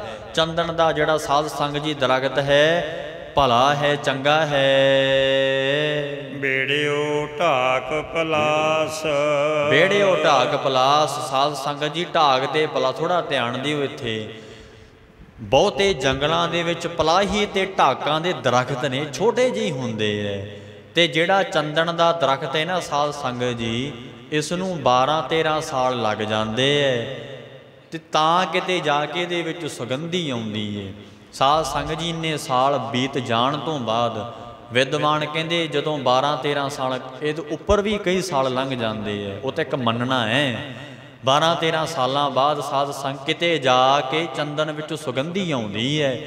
ਤੇ ਸਾਧ ਸੰਗਤ ਜੀ ਮਹਾਰਾਜ ਦੱਸਦੇ ਐ, ਤੇ ਸਿਆਣੇ ਪੁਰਖਾਂ ਦਾ ਮਤ ਵੀ ਹੈ ਇਹ, ਕਿ ਜਦੋਂ ਟਾਹਲੀ 100 ਸਾਲ ਦੀ ਹੋ ਜੇ ਨਾ, ਜਦੋਂ ਟਾਹਲੀ 100 ਸਾਲ ਦੀ ਹੋ ਜਾਵੇ ਤਾਂ ਇਹ ਚੰਦਨ ਦਾ ਰੂਪ ਧਾਰਨ ਕਰ ਲੈਂਦੀ ਏ। ਸਾਧ ਸੰਗਤ ਜੀ ਫਿਰ ਜਿਹੜੀ ਸਵਾਂਤੀ ਬੂੰਦ ਹੈ, ਇਹ ਅਮੋਲਕ ਬਚਨ ਨੇ ਧਿਆਨ ਦੇ ਕੇ ਸੁਣਿਓ। ਸਵਾਂਤੀ ਬੂੰਦ ਡਿੱਗਦੀ ਹੈ ਆਕਾਸ਼ ਦੇ ਵਿੱਚੋਂ। ਸਾਧ ਸੰਗਤ ਜੀ ਗਿੱਦੜ ਦੇ ਸਿਰ ਵਿੱਚ ਪੈਦੇ ਹਲਕਵਾ ਚੜ੍ਹ ਜਾਂਦਾ ਏ। ਕਿਤੇ ਮੂਰਖ ਪੁਰਖ ਦੇ ਸਾਧ ਸੰਗਤ ਜੀ ਸਿਰ ਵਿੱਚ ਪੈ ਜਾਵੇ, ਚਤਰ ਸਿਆਣਪ ਵਾਲਾ ਹੋ ਜਾਂਦਾ ਏ। ਕਿਤੇ ਸਾਧ ਸੰਗਤ ਜੀ ਉਹ ਸਵਾਂਤੀ ਬੂੰਦ ਅੱਕ ਦੀਆਂ ਜੜ੍ਹਾਂ 'ਚ ਪੈ ਜਾਵੇ, 52 ਚੰਦਨ ਬਣਾ ਦਿੰਦੀ ਏ। ਸਾਧ ਸੰਗਤ ਜੀ ਉਹ ਸਵਾਂਤੀ ਬੂੰਦ ਜੇ ਕਿਤੇ ਚਾਤਰਿਕ ਪਪੀਏ ਨੂੰ ਮਿਲ ਜਾਏ, ਸਾਧ ਸੰਗਤ ਜੀ ਗੁਰਬਾਣੀ ਵਿੱਚ ਬਹੁਤ ਵਾਰ ਇਹ ਬਚਨ ਆਏ ਨੇ। ਸਾਧ ਸੰਗਤ ਜੀ ਜੇ ਕਿਤੇ ਉਹ ਪਪੀਹੇ ਨੂੰ, ਬਬੀਹੇ ਨੂੰ ਸਵਾਂਤੀ ਬੂੰਦ ਮਿਲ ਜੇ, 6-6 ਮਹੀਨੇ ਧਿਆਨ ਨਹੀਂ ਲੱਗਦੀ ਪਾਣੀ ਦੀ। ਸਾਧ ਸੰਗਤ ਬੂੰਦ ਹੈ ਕੀ ਹੈ, ਪਰ ਵੇਖੋ ਉਹਦੇ ਸਾਧ ਸੰਗਤ ਜੀ ਵੱਖੋ ਵੱਖਰੇ ਕਰਮ ਨੇ। ਜੇ ਕਿਤੇ ਅੱਕ ਦੀਆਂ ਜੜ੍ਹਾਂ 'ਚ ਪੈ ਜਾਏ, ਚੰਦਨ ਹੋ ਜਾਵੇਗਾ ਅੱਕ। ਜੇ ਕਿਤੇ ਗਿੱਦੜ ਦੇ ਸਿਰ ਵਿੱਚ ਡਿੱਗ ਪਵੇ ਸਵਾਂਤੀ ਬੂੰਦ, ਹਲਕਵਾ ਚੜ੍ਹ ਜਾਂਦਾ ਏ। ਜੇ ਕਿਤੇ ਉਹੀ ਸਵਾਂਤੀ ਬੂੰਦ ਮੂਰਖ ਪੁਰਖ ਦੇ ਸਿਰ ਵਿੱਚ ਪੈ ਜਾਏ, ਚਤਰ ਸਿਆਣਪ ਸਿਆਣਾ ਹੋ ਜਾਏਗਾ। ਜੇ ਕਿਤੇ ਉਹੀ ਸਵਾਂਤੀ ਬੂੰਦ ਸਾਧ ਸੰਗਤ ਜੀ ਕਿਤੇ ਉਹ ਪਪੀਏ ਨੂੰ ਮਿਲ ਜਾਏ, ਮਹਾਰਾਜ ਕਹਿੰਦੇ 6-6 ਮਹੀਨੇ ਉਸ ਦੀ ਪਿਆਸ ਨਹੀਂ, ਸਾਧ ਸੰਗਤ ਧਿਆਨ ਹੀ ਨਹੀਂ ਲੱਗਦੀ ਪਾਣੀ ਦੀ। ਇਉਂ ਦੱਸਦੇ ਨੇ ਚੰਦਨ ਦਾ ਜਿਹੜਾ ਮਰਜ ਕਹਿੰਦੇ ਬ੍ਰਿਸ਼ ਭਾਲਾ ਹੈ। ਬੇੜਿਓ ਢਾਕ ਪਲਾਸ। ਢਾਕ ਤੇ ਪਲਾਸ ਸਾਧ ਸੰਗਤ ਜੀ ਛੋਟੇ ਛੋਟੇ ਦਰਖਤ ਨੇ, ਇਹ ਬਹੁਤੇ ਜੰਗਲਾਂ 'ਚ ਹੁੰਦੇ ਐ। ਮਹਾਰਾਜ ਕਹਿੰਦੇ ਜੇ ਕਦੇ ਭਾਈ ਚੰਦਨ ਦੇ ਰੁੱਖ ਦੇ ਕੋਲ, ਕਿਉਂਕਿ ਪਲਾਹੀ ਤੇ ਢਾਕ ਦਾ ਜਿਹੜਾ ਦਰਖਤ ਹੈ ਖੁਸ਼ਕ ਹੈ, ਇਹ ਖੁਸ਼ਕ ਨੇ ਸਾਧ ਸੰਗਤ ਜੀ, ਜਿਵੇਂ ਬਾਂਸ ਖੁਸ਼ਕ ਹੈ ਨਾ, ਇਸੇ ਕਰਕੇ ਮਹਾਰਾਜ ਦੱਸਦੇ ਐ ਢਾਕ ਤੇ ਪਲਾਸ, ਇਹ ਜਿਹੜਾ ਪਲਾਹੀ ਦਾ ਤੇ ਢਾਕ ਦਾ ਜਿਹੜਾ ਦਰਖਤ ਹੈ, ਇਹ ਖੁਸ਼ਕ ਦਰਖਤ ਜੇ ਕਿਤੇ ਚੰਦਨ ਦੇ ਕੋਲ ਰਹਿੰਦੇ ਹੋਣ ਓਏ ਭੀ ਚੰਦਨ ਹੋਏ ਰਹੇ। ਮਹਾਰਾਜ ਦੱਸਦੇ ਨੇ ਉਹ ਵੀ ਚੰਦਨ ਹੋ ਜਾਂਦੇ ਐ ਸਾਧ ਸੰਗਤ ਜੀ, ਉਹ ਵੀ ਚੰਦਨ ਦਾ ਰੂਪ ਧਾਰਨ ਕਰ ਲੈਂਦੇ ਐ। ਬਸੇ ਜੋ ਚੰਦਨ ਪਾਸ, ਜਿਹੜੇ ਸਾਧ ਸੰਗਤ ਜੀ ਚੰਦਨ ਦੇ ਕੋਲ ਰਹਿੰਦੇ ਐ, ਮਹਾਰਾਜ ਕਹਿੰਦੇ ਉਹ ਵੀ ਚੰਦਨ ਦਾ ਹੀ ਰੂਪ ਧਾਰਨ ਕਰ ਲੈਂਦੇ ਐ। ਢਾਗ ਤੇ ਪਲਾਹੀ ਖੁਸ਼ਕ ਇਹ ਸਾਧ ਸੰਗਤ ਜੀ ਪਾਉਂਦੇ ਨੇ। ਮਹਾਰਾਜ ਕਹਿੰਦੇ ਪਰ ਫਿਰ ਵੀ ਜੇ ਕਿਤੇ ਚੰਦਨ ਦੇ ਕੋਲ ਰਹਿੰਦੇ ਹੋਣ ਤੇ ਮਹਾਰਾਜ ਕਹਿੰਦੇ ਚੰਦਨ ਦੇ ਨੇੜੇ ਰਹਿਣ ਵਾਲੇ ਚੰਦਨ ਹੀ ਹੋ ਜਾਂਦੇ ਨੇ। ਫਿਰ ਪੰਕਤੀ ਪੜੋ ਜੀ। ਕਬੀਰ ਚੰਦਨ ਕਾ ਵਿਰਵਾ ਭਲਾ। ਇਹ ਸਾਧ ਸੰਗਤ ਜੀ ਹੁਣ ਦੂਸਰਾ ਅਰਥ ਇਸ ਨੂੰ ਧਿਆਨ ਨਾਲ ਸੁਣਨਾ। ਮਹਾਰਾਜ ਕਹਿੰਦੇ ਨੇ ਜਿਵੇਂ ਚੰਦਨ ਦਾ ਦਰਖਤ ਚੰਗਾ ਹੈ, ਇਸੇ ਪ੍ਰਕਾਰ ਜਿਹੜੇ ਸੰਤ ਜਨ ਚੰਦਨ ਦੀ ਨਿਆਈ ਹੁੰਦੇ ਐ। ਆਪ ਤਾਂ ਮਹਿਕ ਦਿੰਦੇ ਹੀ ਦਿੰਦੇ ਐ, ਆਪ ਤਾਂ ਮਹਿਕੇ ਹੋਏ ਹੁੰਦੇ ਐ ਨਾਮ ਗਿਆਨ ਦੇ ਨਾਲ। ਉਹ ਦੂਜਿਆਂ ਨੂੰ ਵੀ ਸਾਧ ਸੰਗਤ ਜੀ ਨਾਮ ਦੀ ਮਹਿਕ ਦਿੰਦੇ ਐ, ਖੁਸ਼ਬੂ ਦਿੰਦੇ ਐ। ਭਾਵ ਕਿ ਆਪ ਤੇ ਰੱਬ ਨਾਲ ਜੁੜੇ ਹੋਏ ਹੁੰਦੇ ਐ। ਜੀ ਦਾਨ ਦੇ ਭਗਤੀ ਲਾਇਨ ਹਰ ਸੋ ਲੈਣ ਮਲਾਏ। ਬਚਨ ਆਉਂਦਾ ਨਾ ਮਹਾਰਾਜ ਦਾ, ਜਨਮ ਮਰਨ ਦੋਹੂ ਮੈਂ ਨਾਹੀ ਜਨ ਪਰੋਪਕਾਰੀ ਆਏ। ਜੀ ਦਾਨ ਦੇ ਭਗਤੀ ਲਾਇਨ ਹਰ ਸਿਉ ਲੈਣ ਮਲਾਏ। ਭਾਗ ਡੜੇ ਹਰ ਸੰਤ ਤੁਮਾਰੇ ਜਿਨ ਕਰ ਧਨ ਹਰ ਨਾਮਾ। ਪਰਵਾਨ ਗਣੀ ਸੇਈ ਇਹ ਆਏ ਸਫਲ ਤਨਾ ਕੇ ਕਾਮਾ। ਮੇਰੇ ਰਾਮ ਹਰ ਜਨ ਕੈ ਹੋਂ ਬਲ ਜਾਈ। ਕੇਸਾਂ ਕਾ ਕਰ ਚਵਰ ਟੁਲਾਵਾਂ ਚਰਨ ਧੂੜ ਮੁਖ ਲਾਈ। ਧੰਨ ਗੁਰੂ ਅਰਜਨ ਦੇਵ ਸੱਚੇ ਪਾਤਸ਼ਾਹ ਮਹਾਰਾਜ ਸੁਆਮੀ ਜੀ ਕਹਿੰਦੇ ਵੱਡੇ ਭਾਗ ਨੇ ਜਿਨ੍ਹਾਂ ਦੇ ਅੰਦਰ ਸੰਤਾਂ ਦੇ ਅੰਦਰ ਭਾਈ ਵਾਹਿਗੁਰੂ ਪਰਮੇਸ਼ਰ ਦਾ ਨਾਮ ਰੂਪੀ ਧਨ ਹੈ। ਕਬੀਰ ਚੰਦਨ ਕਾ ਬਿਰਵਾ ਭਲਾ। ਮਹਾਰਾਜ ਕਹਿੰਦੇ ਚੰਦਨ ਦਾ ਜਿਵੇਂ ਦਰਖਤ ਚੰਗਾ ਹੈ, ਉਸੇ ਪ੍ਰਕਾਰ ਜਿਹੜੇ ਸੰਤ ਜਨ ਨੇ ਭਲੇ ਜੀਵਨ ਵਾਲੇ ਉਹ ਵੀ ਭਾਈ ਉੱਤਮ ਨੇ, ਚੰਗੇ ਨੇ। ਉਹਨਾਂ ਦੇ ਅੰਦਰ ਨਾਮ ਗਿਆਨ ਦੀ ਖੁਸ਼ਬੂ ਹੈ। ਆਪ ਤਾਂ ਮਹਿਕੇ ਹੋਏ ਹੁੰਦੇ ਨੇ। ਮਹਾਰਾਜ ਦੱਸਦੇ ਹਨ ਬੇੜਿਓ ਢਾਕ ਪਲਾਸ। ਉਹ ਭਾਈ ਢਾਕ ਪਲਾਸ ਖੁਸ਼ਕੀ ਦੀ ਨਿਆਈ ਜਿਹੜੇ ਮਨਮੁਖ ਲੋਕ ਨੇ, ਮੂਰਖ ਪੁਖ ਅਗਿਆਨੀ ਹੈ, ਉਹਨਾਂ ਨੂੰ ਵੀ ਸਾਧ ਸੰਗਤ ਜੀ ਓਏ ਭੀ ਚੰਦਨ ਹੋਏ ਰਹੇ। ਜੇ ਕਿਤੇ ਮਹਾਰਾਜ ਕਹਿੰਦੇ ਮੂਰਖ ਪੁਰਖਾਂ ਤੇ ਐਸੇ ਬ੍ਰਹਮ ਗਿਆਨੀ ਤਤਵੇ ਤੇ ਮਹਾਤਮਾ ਦੇ ਨੇਤਰੀ ਪੈ ਜਾਣ। ਮਹਾਰਾਜ ਦਾ ਬਚਨ ਹੈ ਬ੍ਰਹਮ ਗਿਆਨੀ ਸਦਾ ਸਮਦਰਸੀ, ਬ੍ਰਹਮ ਗਿਆਨੀ ਕੀ ਦ੍ਰਿਸ਼ਟ ਅੰਮ੍ਰਿਤ ਵਰਸੀ। ਉਹਨਾਂ ਦੇ ਦ੍ਰਿਸ਼ਟੀ ਵਿੱਚ ਅੰਮ੍ਰਿਤ ਵਰਸਦਾ ਹੁੰਦਾ। ਸਾਧ ਸੰਗਤ ਜੀ ਇਹ ਚੰਗੇ ਬੰਦਗੀ ਵਾਲੇ ਮਹਾਂਪੁਰਖ ਦੀ ਗੱਲ ਕਰਦੇ ਆ ਕਬੀਰ ਸਾਹਿਬ ਜੀ, ਕਿਤੇ ਮਾੜੇ ਮੋਟੀ ਨਹੀਂ ਗੱਲ ਕਰ ਰਹੇ। ਮਹਾਰਾਜ ਕਹਿੰਦੇ ਜੇ ਕੋਈ ਬੇੜਿਓ ਢਾਕ ਪਲਾਸ, ਢਾਕ ਦੀ ਨਿਆਈ, ਪਲਾਸ ਪਲਾਈ ਦਰਖਤ ਦੀ ਨਿਆਈ, ਖੁਸ਼ਕੀ ਦੀ ਨਿਆਈ ਜਿਹੜੇ ਦਰਖਤ ਨੇ ਉਹ ਸਾਧ ਸੰਗਤ ਜਿਹੜੇ ਮਨਮੁਖ ਪੁਰਖ ਨੇ, ਮੂਰਖ ਪੁਰਖ ਨੇ, ਪਾਪੀ ਜੀਵ ਨੇ। ਜੇ ਕਿਤੇ ਉਹਨਾਂ ਤੇ ਨਜ਼ਰਾਂ ਪੈ ਜਾਣ ਰੱਬ ਦੇ ਪਿਆਰਿਆਂ ਉਹ ਭਲੇ ਜੀਵਨ ਵਾਲਿਆਂ ਦੀ, ਸਾਧ ਸੰਗਤ ਜੀ ਦੱਸਦੇ ਨੇ ਓਏ ਭੀ ਚੰਦਨ ਹੋਏ ਰਹੇ। ਮਹਾਰਾਜ ਕਹਿੰਦੇ ਉਹ ਜਗਿਆਸੂ ਸਤ ਸੰਗੀ ਤੇ ਪਾਪੀ ਜੀਵ ਵੀ ਸਾਧ ਸੰਗਤ ਜੀ ਓਏ ਭੀ ਚੰਦਨ ਹੋਏ ਰਹੇ, ਉਹ ਵੀ ਚੰਦਨ ਹੋ ਜਾਂਦੇ ਹਨ। ਬਸੇ ਜੋ ਚੰਦਨ ਪਾਸ। ਮਹਾਰਾਜ ਕਹਿੰਦੇ ਜਿਹੜੇ ਸੰਤ ਜਨ ਰੂਪੀ ਚੰਦਨ ਦੇ ਕੋਲ ਰਹਿੰਦੇ ਐ, ਵਸਦੇ ਐ, ਉਹ ਚੰਦਨ ਹੋ ਜਾਂਦੇ ਐ। ਸਾਧ ਸੰਗਤ ਜੀ ਸੰਤ ਦਾ ਜੀਵਨ ਹੀ ਇਦਾਂ ਦਾ ਹੁੰਦਾ। ਬ੍ਰਹਮ ਗਿਆਨੀ ਸੰਤ ਬਾਬਾ ਠਾਕੁਰ ਸਿੰਘ ਜੀ ਮਹਾਰਾਜ ਪਿੰਡਰਾਂ ਵਾਲੇ, ਸਾਧ ਸੰਗਤ ਜੀ ਉਹ ਨਾ ਕਥਾ ਕਰਦੇ ਸੀ ਨਾ ਕੀਰਤਨ ਕਰਦੇ ਸੀ, ਬਸ ਉਹਨਾਂ ਦੀ ਬੰਦਗੀ ਹੀ ਪ੍ਰਚਾਰ ਸੀ। ਉਹ ਬਾਬਾ ਠਾਕੁਰ ਸਿੰਘ ਜੀ ਦਾ ਸਾਧ ਸੰਗਤ ਜੀ, ਸੰਤ ਬਾਬਾ ਠਾਕੁਰ ਸਿੰਘ ਜੀ ਪਿੰਡਰਾਂ ਵਾਲੇ ਮਹਾਂਪੁਰਖ ਕੋਈ ਕਥਾ ਨਹੀਂ ਸੀ ਕਰਦੇ, ਕੋਈ ਕੀਰਤਨ ਨਹੀਂ ਸੀ ਕਰਦੇ, ਕੋਈ ਪ੍ਰਚਾਰ ਨਹੀਂ ਸੀ ਕਰਦੇ। ਪਰ ਦਮਦਮੀ ਟਕਸਾਲ ਦੇ 15ਵੇਂ ਮੁਖੀ ਸੀ ਸਾਧ ਸੰਗਤ ਜੀ। ਸੰਤ ਗਿਆਨੀ ਜਰਨੈਲ ਸਿੰਘ ਮਹਾਂਪੁਰਖਾਂ ਤੋਂ ਬਾਅਦ ਸੰਤ ਗਿਆਨੀ ਜਰਨੈਲ ਸਿੰਘ ਤੇ ਪਿੰਡਰਾਂ ਵਾਲੇ ਤੇ ਆਪ ਵਿਦਵਾਨ ਸਨ। ਉਹਨਾਂ ਨੇ ਗੁਰੂ ਗ੍ਰੰਥ ਸਾਹਿਬ ਦੀ ਬਹੁਤ ਕਥਾ ਕੀਤੀਆਂ ਨੇ। ਸੰਤ ਕਰਤਾਰ ਸਿੰਘ ਮਹਾਂਪੁਰਖਾਂ ਨੇ ਕਥਾ ਕੀਤੀਆਂ ਨੇ। ਸੰਤ ਗੁਰਬਚਨ ਸਿੰਘ ਤੇ 28 ਕਥਾ ਕਰ ਚੁੱਕੇ ਹੈ ਸਾਧ ਸੰਗਤ ਜੀ। ਪਰ ਬਾਬਾ ਠਾਕੁਰ ਸਿੰਘ ਜੀ 15ਵੇਂ ਮੁਖੀ ਟਕਸਾਲ ਦੇ ਹੋਏ ਨਾ ਕਥਾ ਕਰਦੇ ਤੇ ਨਾ ਕੀਰਤਨ, ਕੋਈ ਪ੍ਰਚਾਰ, ਕੱਲੀ ਫਤਿਹ ਬੁਲਾਉਂਦੇ ਹੁੰਦੇ ਸੀ ਸਾਧ ਸੰਗਤ ਜੀ। ਤੇ ਜਦੋਂ ਸਾਧ ਸੰਗਤ ਜੀ ਉਹਨਾਂ ਦਾ ਜੀਵਨ ਹੀ ਪ੍ਰਚਾਰ ਸੀ, ਬਾਣੀ ਇੰਨੀ ਪੜ੍ਹਦੇ ਸੀ, ਕਿਉਂਕਿ ਮੇਰੇ ਪਿਤਾ ਜੀ ਤਾਂ ਰਹੇ ਨਾ ਮਹਿਤਾ ਚੌਂਕ ਗੁਰਦੁਆਰਾ ਗੁਰਦਰਸ਼ਨ ਪ੍ਰਕਾਸ਼, ਪੰਜਾਂ ਪਿਆਰਿਆਂ ਦੀ ਸੇਵਾ ਵਿੱਚ ਵੀ ਲੱਗਦੇ ਹੁੰਦੇ ਸੀ। ਤੇ ਮਾਣ ਸਤਿਗੁਰਾਂ ਨੇ ਬਖਸ਼ਿਆ ਕਲਗੀਧਰ ਸੁਆਮੀ ਨੇ। ਤੇ ਸਾਧ ਸੰਗਤ ਜੀ ਪਿਤਾ ਜੀ ਦੱਸਦੇ ਐ, ਮੇਰੇ ਪਿਤਾ ਜੀ ਦੱਸਦੇ ਐ ਕਿ ਸਾਰੀ ਦਿਹਾੜੀ ਬਾਣੀ ਸੁਣੀ ਜਾਣੀ, ਪੜ੍ਹੀ ਜਾਣੀ ਸਾਧ ਸੰਗਤ ਜੀ। ਤੇ ਇੱਕ ਵਾਰ ਕੀ ਹੋਇਆ, ਜਦੋਂ ਕਿਉਂਕਿ ਟਕਸਾਲ ਦੇ ਜਿੰਨੇ ਵੀ ਗੁਰਮੁਖ ਪਿਆਰੇ, ਰੱਬ ਦੇ ਪਿਆਰੇ ਸੰਤ ਜਾਣਨੇ ਜਾਂ ਗੁਰਮੁਖ ਵਿਦਵਾਨ ਨੇ, ਰੋਜ਼ ਕੇਸ਼ੀ ਇਸ਼ਨਾਨ ਕਰਨ ਦਾ ਹੁਕਮ ਹੈ ਮਹਾਰਾਜ ਦਾ। ਅਤੇ ਸਾਧ ਸੰਗਤ ਜੀ ਅਤੇ ਸੰਤ ਕਹਿੰਦੇ ਬਾਬਾ ਠਾਕਰ ਸਿੰਘ ਜੀ ਨਾ ਕੇਸ ਹਰੇ ਕਰ ਰਹੇ ਸੀ, ਭਾਵ ਕਿ ਕੇਸਾਂ ਨੂੰ ਧੁੱਪ ਲਵਾ ਰਹੇ ਸੀ। ਉਹ ਸਾਧ ਸੰਗਤ ਜੀ ਸਿਆਲ ਦਾ ਸਮਾਂ ਸੀ, ਅਤੇ ਜਦੋਂ ਮਹਾਂਪੁਰਖ ਪੌੜੀਆਂ ਚੜ੍ਹ ਕੇ ਉੱਪਰ ਜਾਣ ਲੱਗੇ, ਡਿਉੜੀ ਦੇ ਉੱਪਰ, ਅੱਜ ਵੀ ਡਿਉੜੀ ਬਣੀ ਹੈ ਉੱਥੇ, ਡਿਉੜੀ ਦੇ ਉੱਪਰ ਜਾਣ ਲੱਗੇ ਨਾ, ਅਤੇ ਬਾਬਾ ਠਾਕਰ ਸਿੰਘ ਜੀ ਨੂੰ ਇੱਕ ਸਿੰਘ ਮਿਲਿਆ, ਅਤੇ ਉਹ ਜੱਥੇ 'ਚ ਹੀ ਰਹਿੰਦਾ ਸੀ। ਮਹਾਂਪੁਰਖ ਕਹਿਣ ਲੱਗੇ ਕਿ ਉਹ ਭਾਈ ਸਿੰਘਾ ਕਿੱਥੇ ਕੁ ਤੇਰਾ ਨਿਤਨੇਮ ਪਹੁੰਚਿਆ। ਇਹ ਸਾਧ ਸੰਗਤ ਜੀ ਸਿੰਘ ਕਹਿਣ ਲੱਗਿਆ, ਮਹਾਰਾਜ ਮਹਾਤਮਾ ਜੀ, ਮਹਾਂਪੁਰਖੋ ਮੇਰਾ ਨਿਤਨੇਮ 5 ਪੌੜੀਆਂ 'ਤੇ ਹੀ ਪਹੁੰਚਿਆ ਆ। ਅਤੇ ਸਾਧ ਸੰਗਤ ਜੀ ਜਦੋਂ ਇਉਂ ਕਹਿ ਕੇ ਮਹਾਂਪੁਰਖ ਕਹਿੰਦੇ ਚੰਗਾ ਧਿਆਨ ਨਾਲ ਚੜ੍ਹਦੀ ਕਲਾ ਨਾਲ ਕਾਰਜ ਕਰੋ, ਇਹ ਆਪਣਾ ਮਨ ਗੁਰਮਿਲ ਕਾਲਜ ਸਵਾਰੇ, ਗੁਰਬਾਣੀ ਵੀ ਕਹਿੰਦੀ ਹੈ ਚੜ੍ਹਦੀ ਕਲਾ ਨਾਲ। ਮਹਾਰਾਜ ਕਹਿੰਦੇ ਮਹਾਂਪੁਰਖ ਕਹਿੰਦੇ ਗੁਰਬਾਣੀ ਪੜ੍ਹੋ। ਸਾਧ ਸੰਗਤ ਜੀ ਜਦੋਂ ਕੇਸਾਂ ਨੂੰ ਧੁੱਪ ਲਵਾਉਣ ਲੱਗੇ ਨੇ, ਉੱਪਰ ਜਦੋਂ ਬੈਠੇ ਹੈ, ਉਸ ਵੇਲੇ ਸਾਧ ਸੰਗਤ ਜੀ ਦਾਸ ਦੇ ਪਿਤਾ ਜੀ ਨੇ ਪੁੱਛਿਆ ਸੰਤਾਂ ਨੂੰ ਕਿ ਹੇ ਮਹਾਤਮਾ ਮਹਾਂਪੁਰਖੋ, ਆਪ ਜੀ ਨੇ ਸਿੰਘ ਨੂੰ ਪੁੱਛਿਆ ਕਿ ਨਿਤਨੇਮ ਤੇ ਬੜਾ ਨਿਤਨੇਮ ਕਰਦਾ ਤੁਸੀਂ, ਉਹ ਤੇ ਕਹਿੰਦਾ ਮੈਂ 5 ਪੌੜੀਆਂ 'ਤੇ ਪਹੁੰਚਿਆ ਆ। ਮਹਾਂਪੁਰਖ ਕਹਿੰਦੇ ਪੁੱਛੰਗੀਓ, ਉਹਨਾਂ ਨੇ ਆਪਣਾ ਜੀਵਨ, ਆਪਣਾ ਮਨ ਤੇ ਤਨ 5 ਪੌੜੀਆਂ ਤੱਕ ਢਾਲ ਲਿਆ ਕਿ ਹੁਕਮੀ ਹੋਵਣ ਆਕਾਰ, ਹੁਕਮ ਨਾ ਕਹਿਆ ਜਾਈ। ਸਾਰਾ ਕੁਝ ਉਹਦੇ ਹੁਕਮ, ਵਾਹਿਗੁਰੂ ਦੇ ਹੁਕਮ 'ਚ ਕਰ ਲਿਆ। ਜਦੋਂ ਕਹਿੰਦੇ ਪੂਰਾ ਜਪਜੀ ਸਾਹਿਬ ਆਪਣੇ ਸਰੀਰ 'ਤੇ ਢਾਲ ਲੈਣਗੇ, ਬਦੇ ਮੁਕਤ ਹੋ ਜਾਣਗੇ, ਬ੍ਰਹਮ ਗਿਆਨੀ ਅਵਸਥਾ ਪ੍ਰਾਪਤ ਹੋ ਜਾਏਗੀ। ਸਾਧ ਸੰਗਤ ਜੀ ਮਹਾਂਪੁਰਖ ਏਡੇ ਅੰਤਰਜਾਮਤਾ ਵਾਲੇ ਸਨ, ਆਪਣਾ ਤੇ ਜੀਵਨ ਬਣਿਆ ਹੋਇਆ, ਦੂਜਿਆਂ ਦਾ ਜੀਵਨ ਬਣਾਉਂਦੇ ਸੀ। ਸਾਧ ਸੰਗਤ ਜੀ ਇੰਗਲੈਂਡ ਦੀ ਧਰਤੀ 'ਤੇ ਜਾਣਾ ਮਹਾਂਪੁਰਖਾਂ ਨੇ, ਅਮਰੀਕਾ ਕੈਨੇਡਾ ਦੀ ਧਰਤੀ 'ਤੇ ਜਾ ਕੇ ਪ੍ਰਚਾਰ ਕੀ ਕੀਤਾ, ਬਸ ਫਤਿਹ ਬੁਲਾਉਂਦੇ ਹੁੰਦੇ ਸਨ।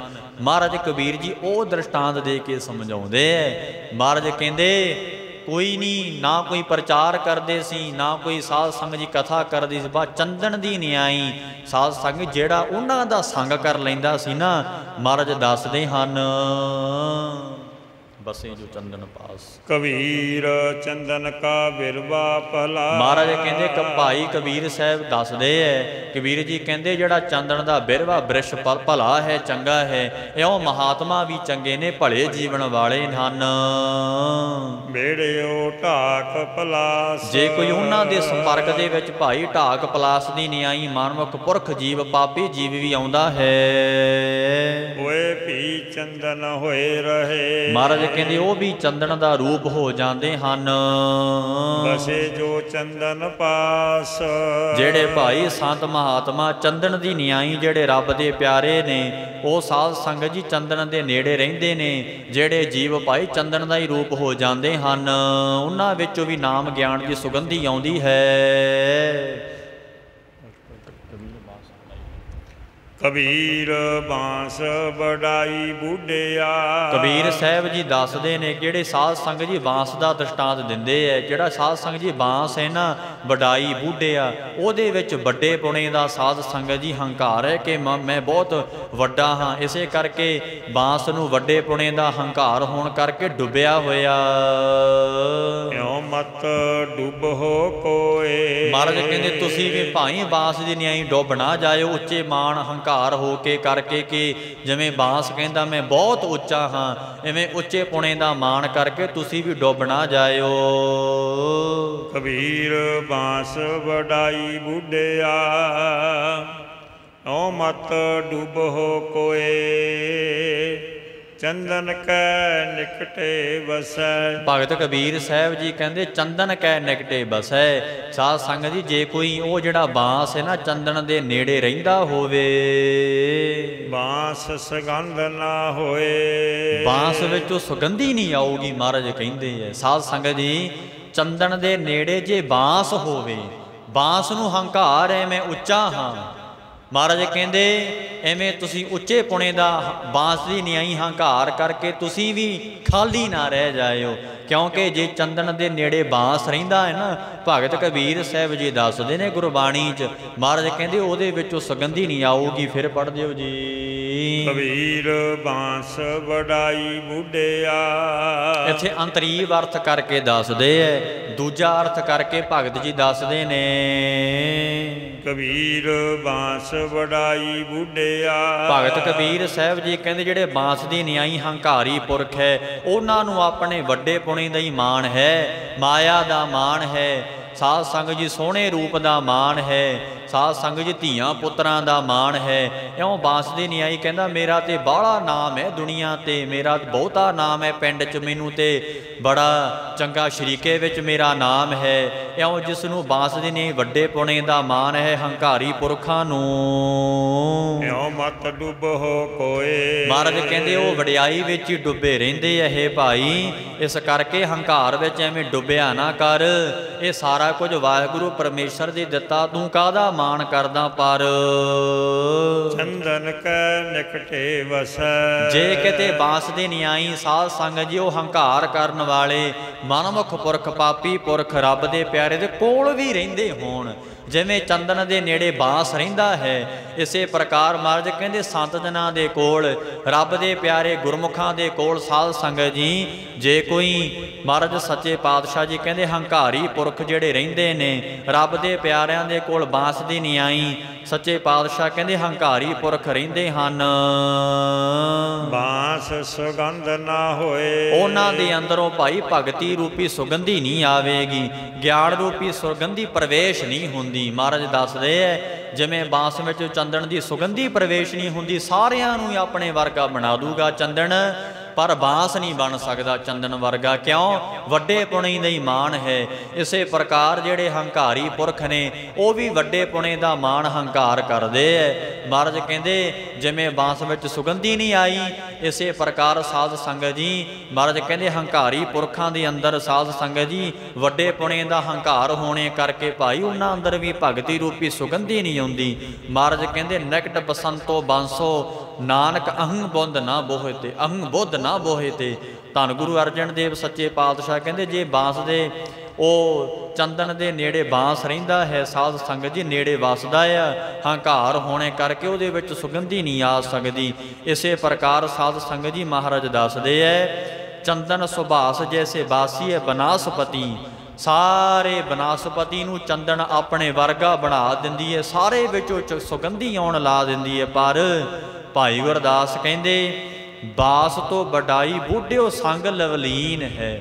ਜੇ ਕਿਤੇ ਸਾਧ ਸੰਗਤ ਜੀ ਚੰਦਨ ਦੀਆਂ ਜੜ੍ਹਾਂ ਵਿੱਚ ਵੀ ਬਾਸ ਦੀਆਂ ਜੜ੍ਹਾਂ ਹੋਣ, ਸੁਗੰਧੀ ਨਹੀਂ ਆਵੇ। ਭਾਈ ਗੁਰਦਾਸ ਕਹਿੰਦੇ ਨੇ ਚੰਦਨ ਸੁਭਾਸ ਜੈਸੇ ਬਾਸੀ ਹੈ ਬਨਾਸਪਤੀ। ਸਾਰਾ ਚੰਦਨ ਦਾ ਦਰਖਤ ਇੱਕ ਹੀ ਜੰਗਲ ਵਿੱਚ ਚੰਦਨ ਹੋਵੇ ਤੇ ਸਾਰੇ ਦਰਖਤ ਸਾਰੇ ਜੰਗਲ ਵਿੱਚੋਂ, ਸਾਰੇ ਦਰਖਤਾਂ ਬ੍ਰਿਸ਼ਾਂ ਵਿੱਚੋਂ ਚੰਦਨ ਦੀ ਸੁਗੰਧੀ ਆਵੇਗੀ। ਮਹਾਰਾਜ ਕਹਿੰਦੇ ਬਾਂਸ ਦੇ ਕਿਤੇ ਉਹ ਚੰਦਨ ਦੀਆਂ ਜੜ੍ਹਾਂ ਵਿੱਚ ਵੀ ਪੈਦਾ ਹੋਇਆ ਹੋਵੇ। ਭਾਈ ਸਾਹਿਬ ਭਾਈ ਗੁਰਦਾਸ ਜੀ ਕਹਿੰਦੇ ਬਾਂਸ ਤੋਂ ਵਡਾਈ ਬੁੱਢਿਓ ਸੰਗ ਲਵਲੀਨ ਹੈ। ਮਹਾਰਾਜ ਕਹਿੰਦੇ ਕੋਲ ਰਹਿੰਦਾ ਹੋਵੇ ਭਾਵੇਂ ਸੁਗੰਧੀ ਨਹੀਂ ਆਵੇ। ਕਿਸੇ ਕਰਕੇ ਸਾਡਾ ਇਹ ਹਾਲ ਨਾ ਕਿਤੇ ਹੋ ਜਾਏ, ਗੁਰੂ ਸਾਹਿਬ ਦੇ ਦਰਸ਼ਨ ਕਰੀਏ, ਬਾਣੀ ਪੜ੍ਹੀਏ, ਪਰ ਅੰਦਰ ਨਾਮ ਦੀ ਸੁਗੰਧੀ ਨਾ ਆਵੇ, ਅੰਦਰ ਗਿਆਨ ਦੀ ਸੁਗੰਧੀ ਨਾ ਆਵੇ। ਅੱਛਾ ਕਿਉਂ ਨਹੀਂ ਆਉਂਦੀ? ਕਿਉਂਕਿ ਮਨ ਹੰਕਾਰੀ ਹੋ ਚੁੱਕਾ, ਮਨ ਵੱਡੇ ਪੁਣੇ ਦਾ ਮਾਣ ਕਰਦਾ। ਇਸੇ ਕਰਕੇ ਸਤਿਗੁਰੂ ਜੀ ਨੇ ਆਖਿਆ, ਭਗਤ ਸਾਹਿਬ ਜੀ ਨੇ, ਭਗਤ ਕਬੀਰ ਸਾਹਿਬ ਜੀ ਨੇ ਪਰਮ ਉਪਦੇਸ਼ ਬਖਸ਼ਿਆ, ਜੋ ਆਪ ਜੀ ਨੇ ਸਰਵਣ ਕੀਤਾ ਮਹਾਰਾਜ ਜੀ ਕਿਰਪਾ ਕਰਨ। ਇਸੇ ਤਰ੍ਹਾਂ ਹੀ ਸਾਧ ਸੰਗਤ ਜੀ ਅੱਜ 12 ਸ਼ਲੋਕਾਂ ਦੀ ਕਥਾ ਹੋ ਚੁੱਕੀ ਹੈ। ਮਹਾਰਾਜ ਇਸੇ ਤਰ੍ਹਾਂ ਹੀ ਆਪਣੀ ਕਥਾ ਆਪ ਕਰਵਾਉਂਦੇ ਰਹਿਣ।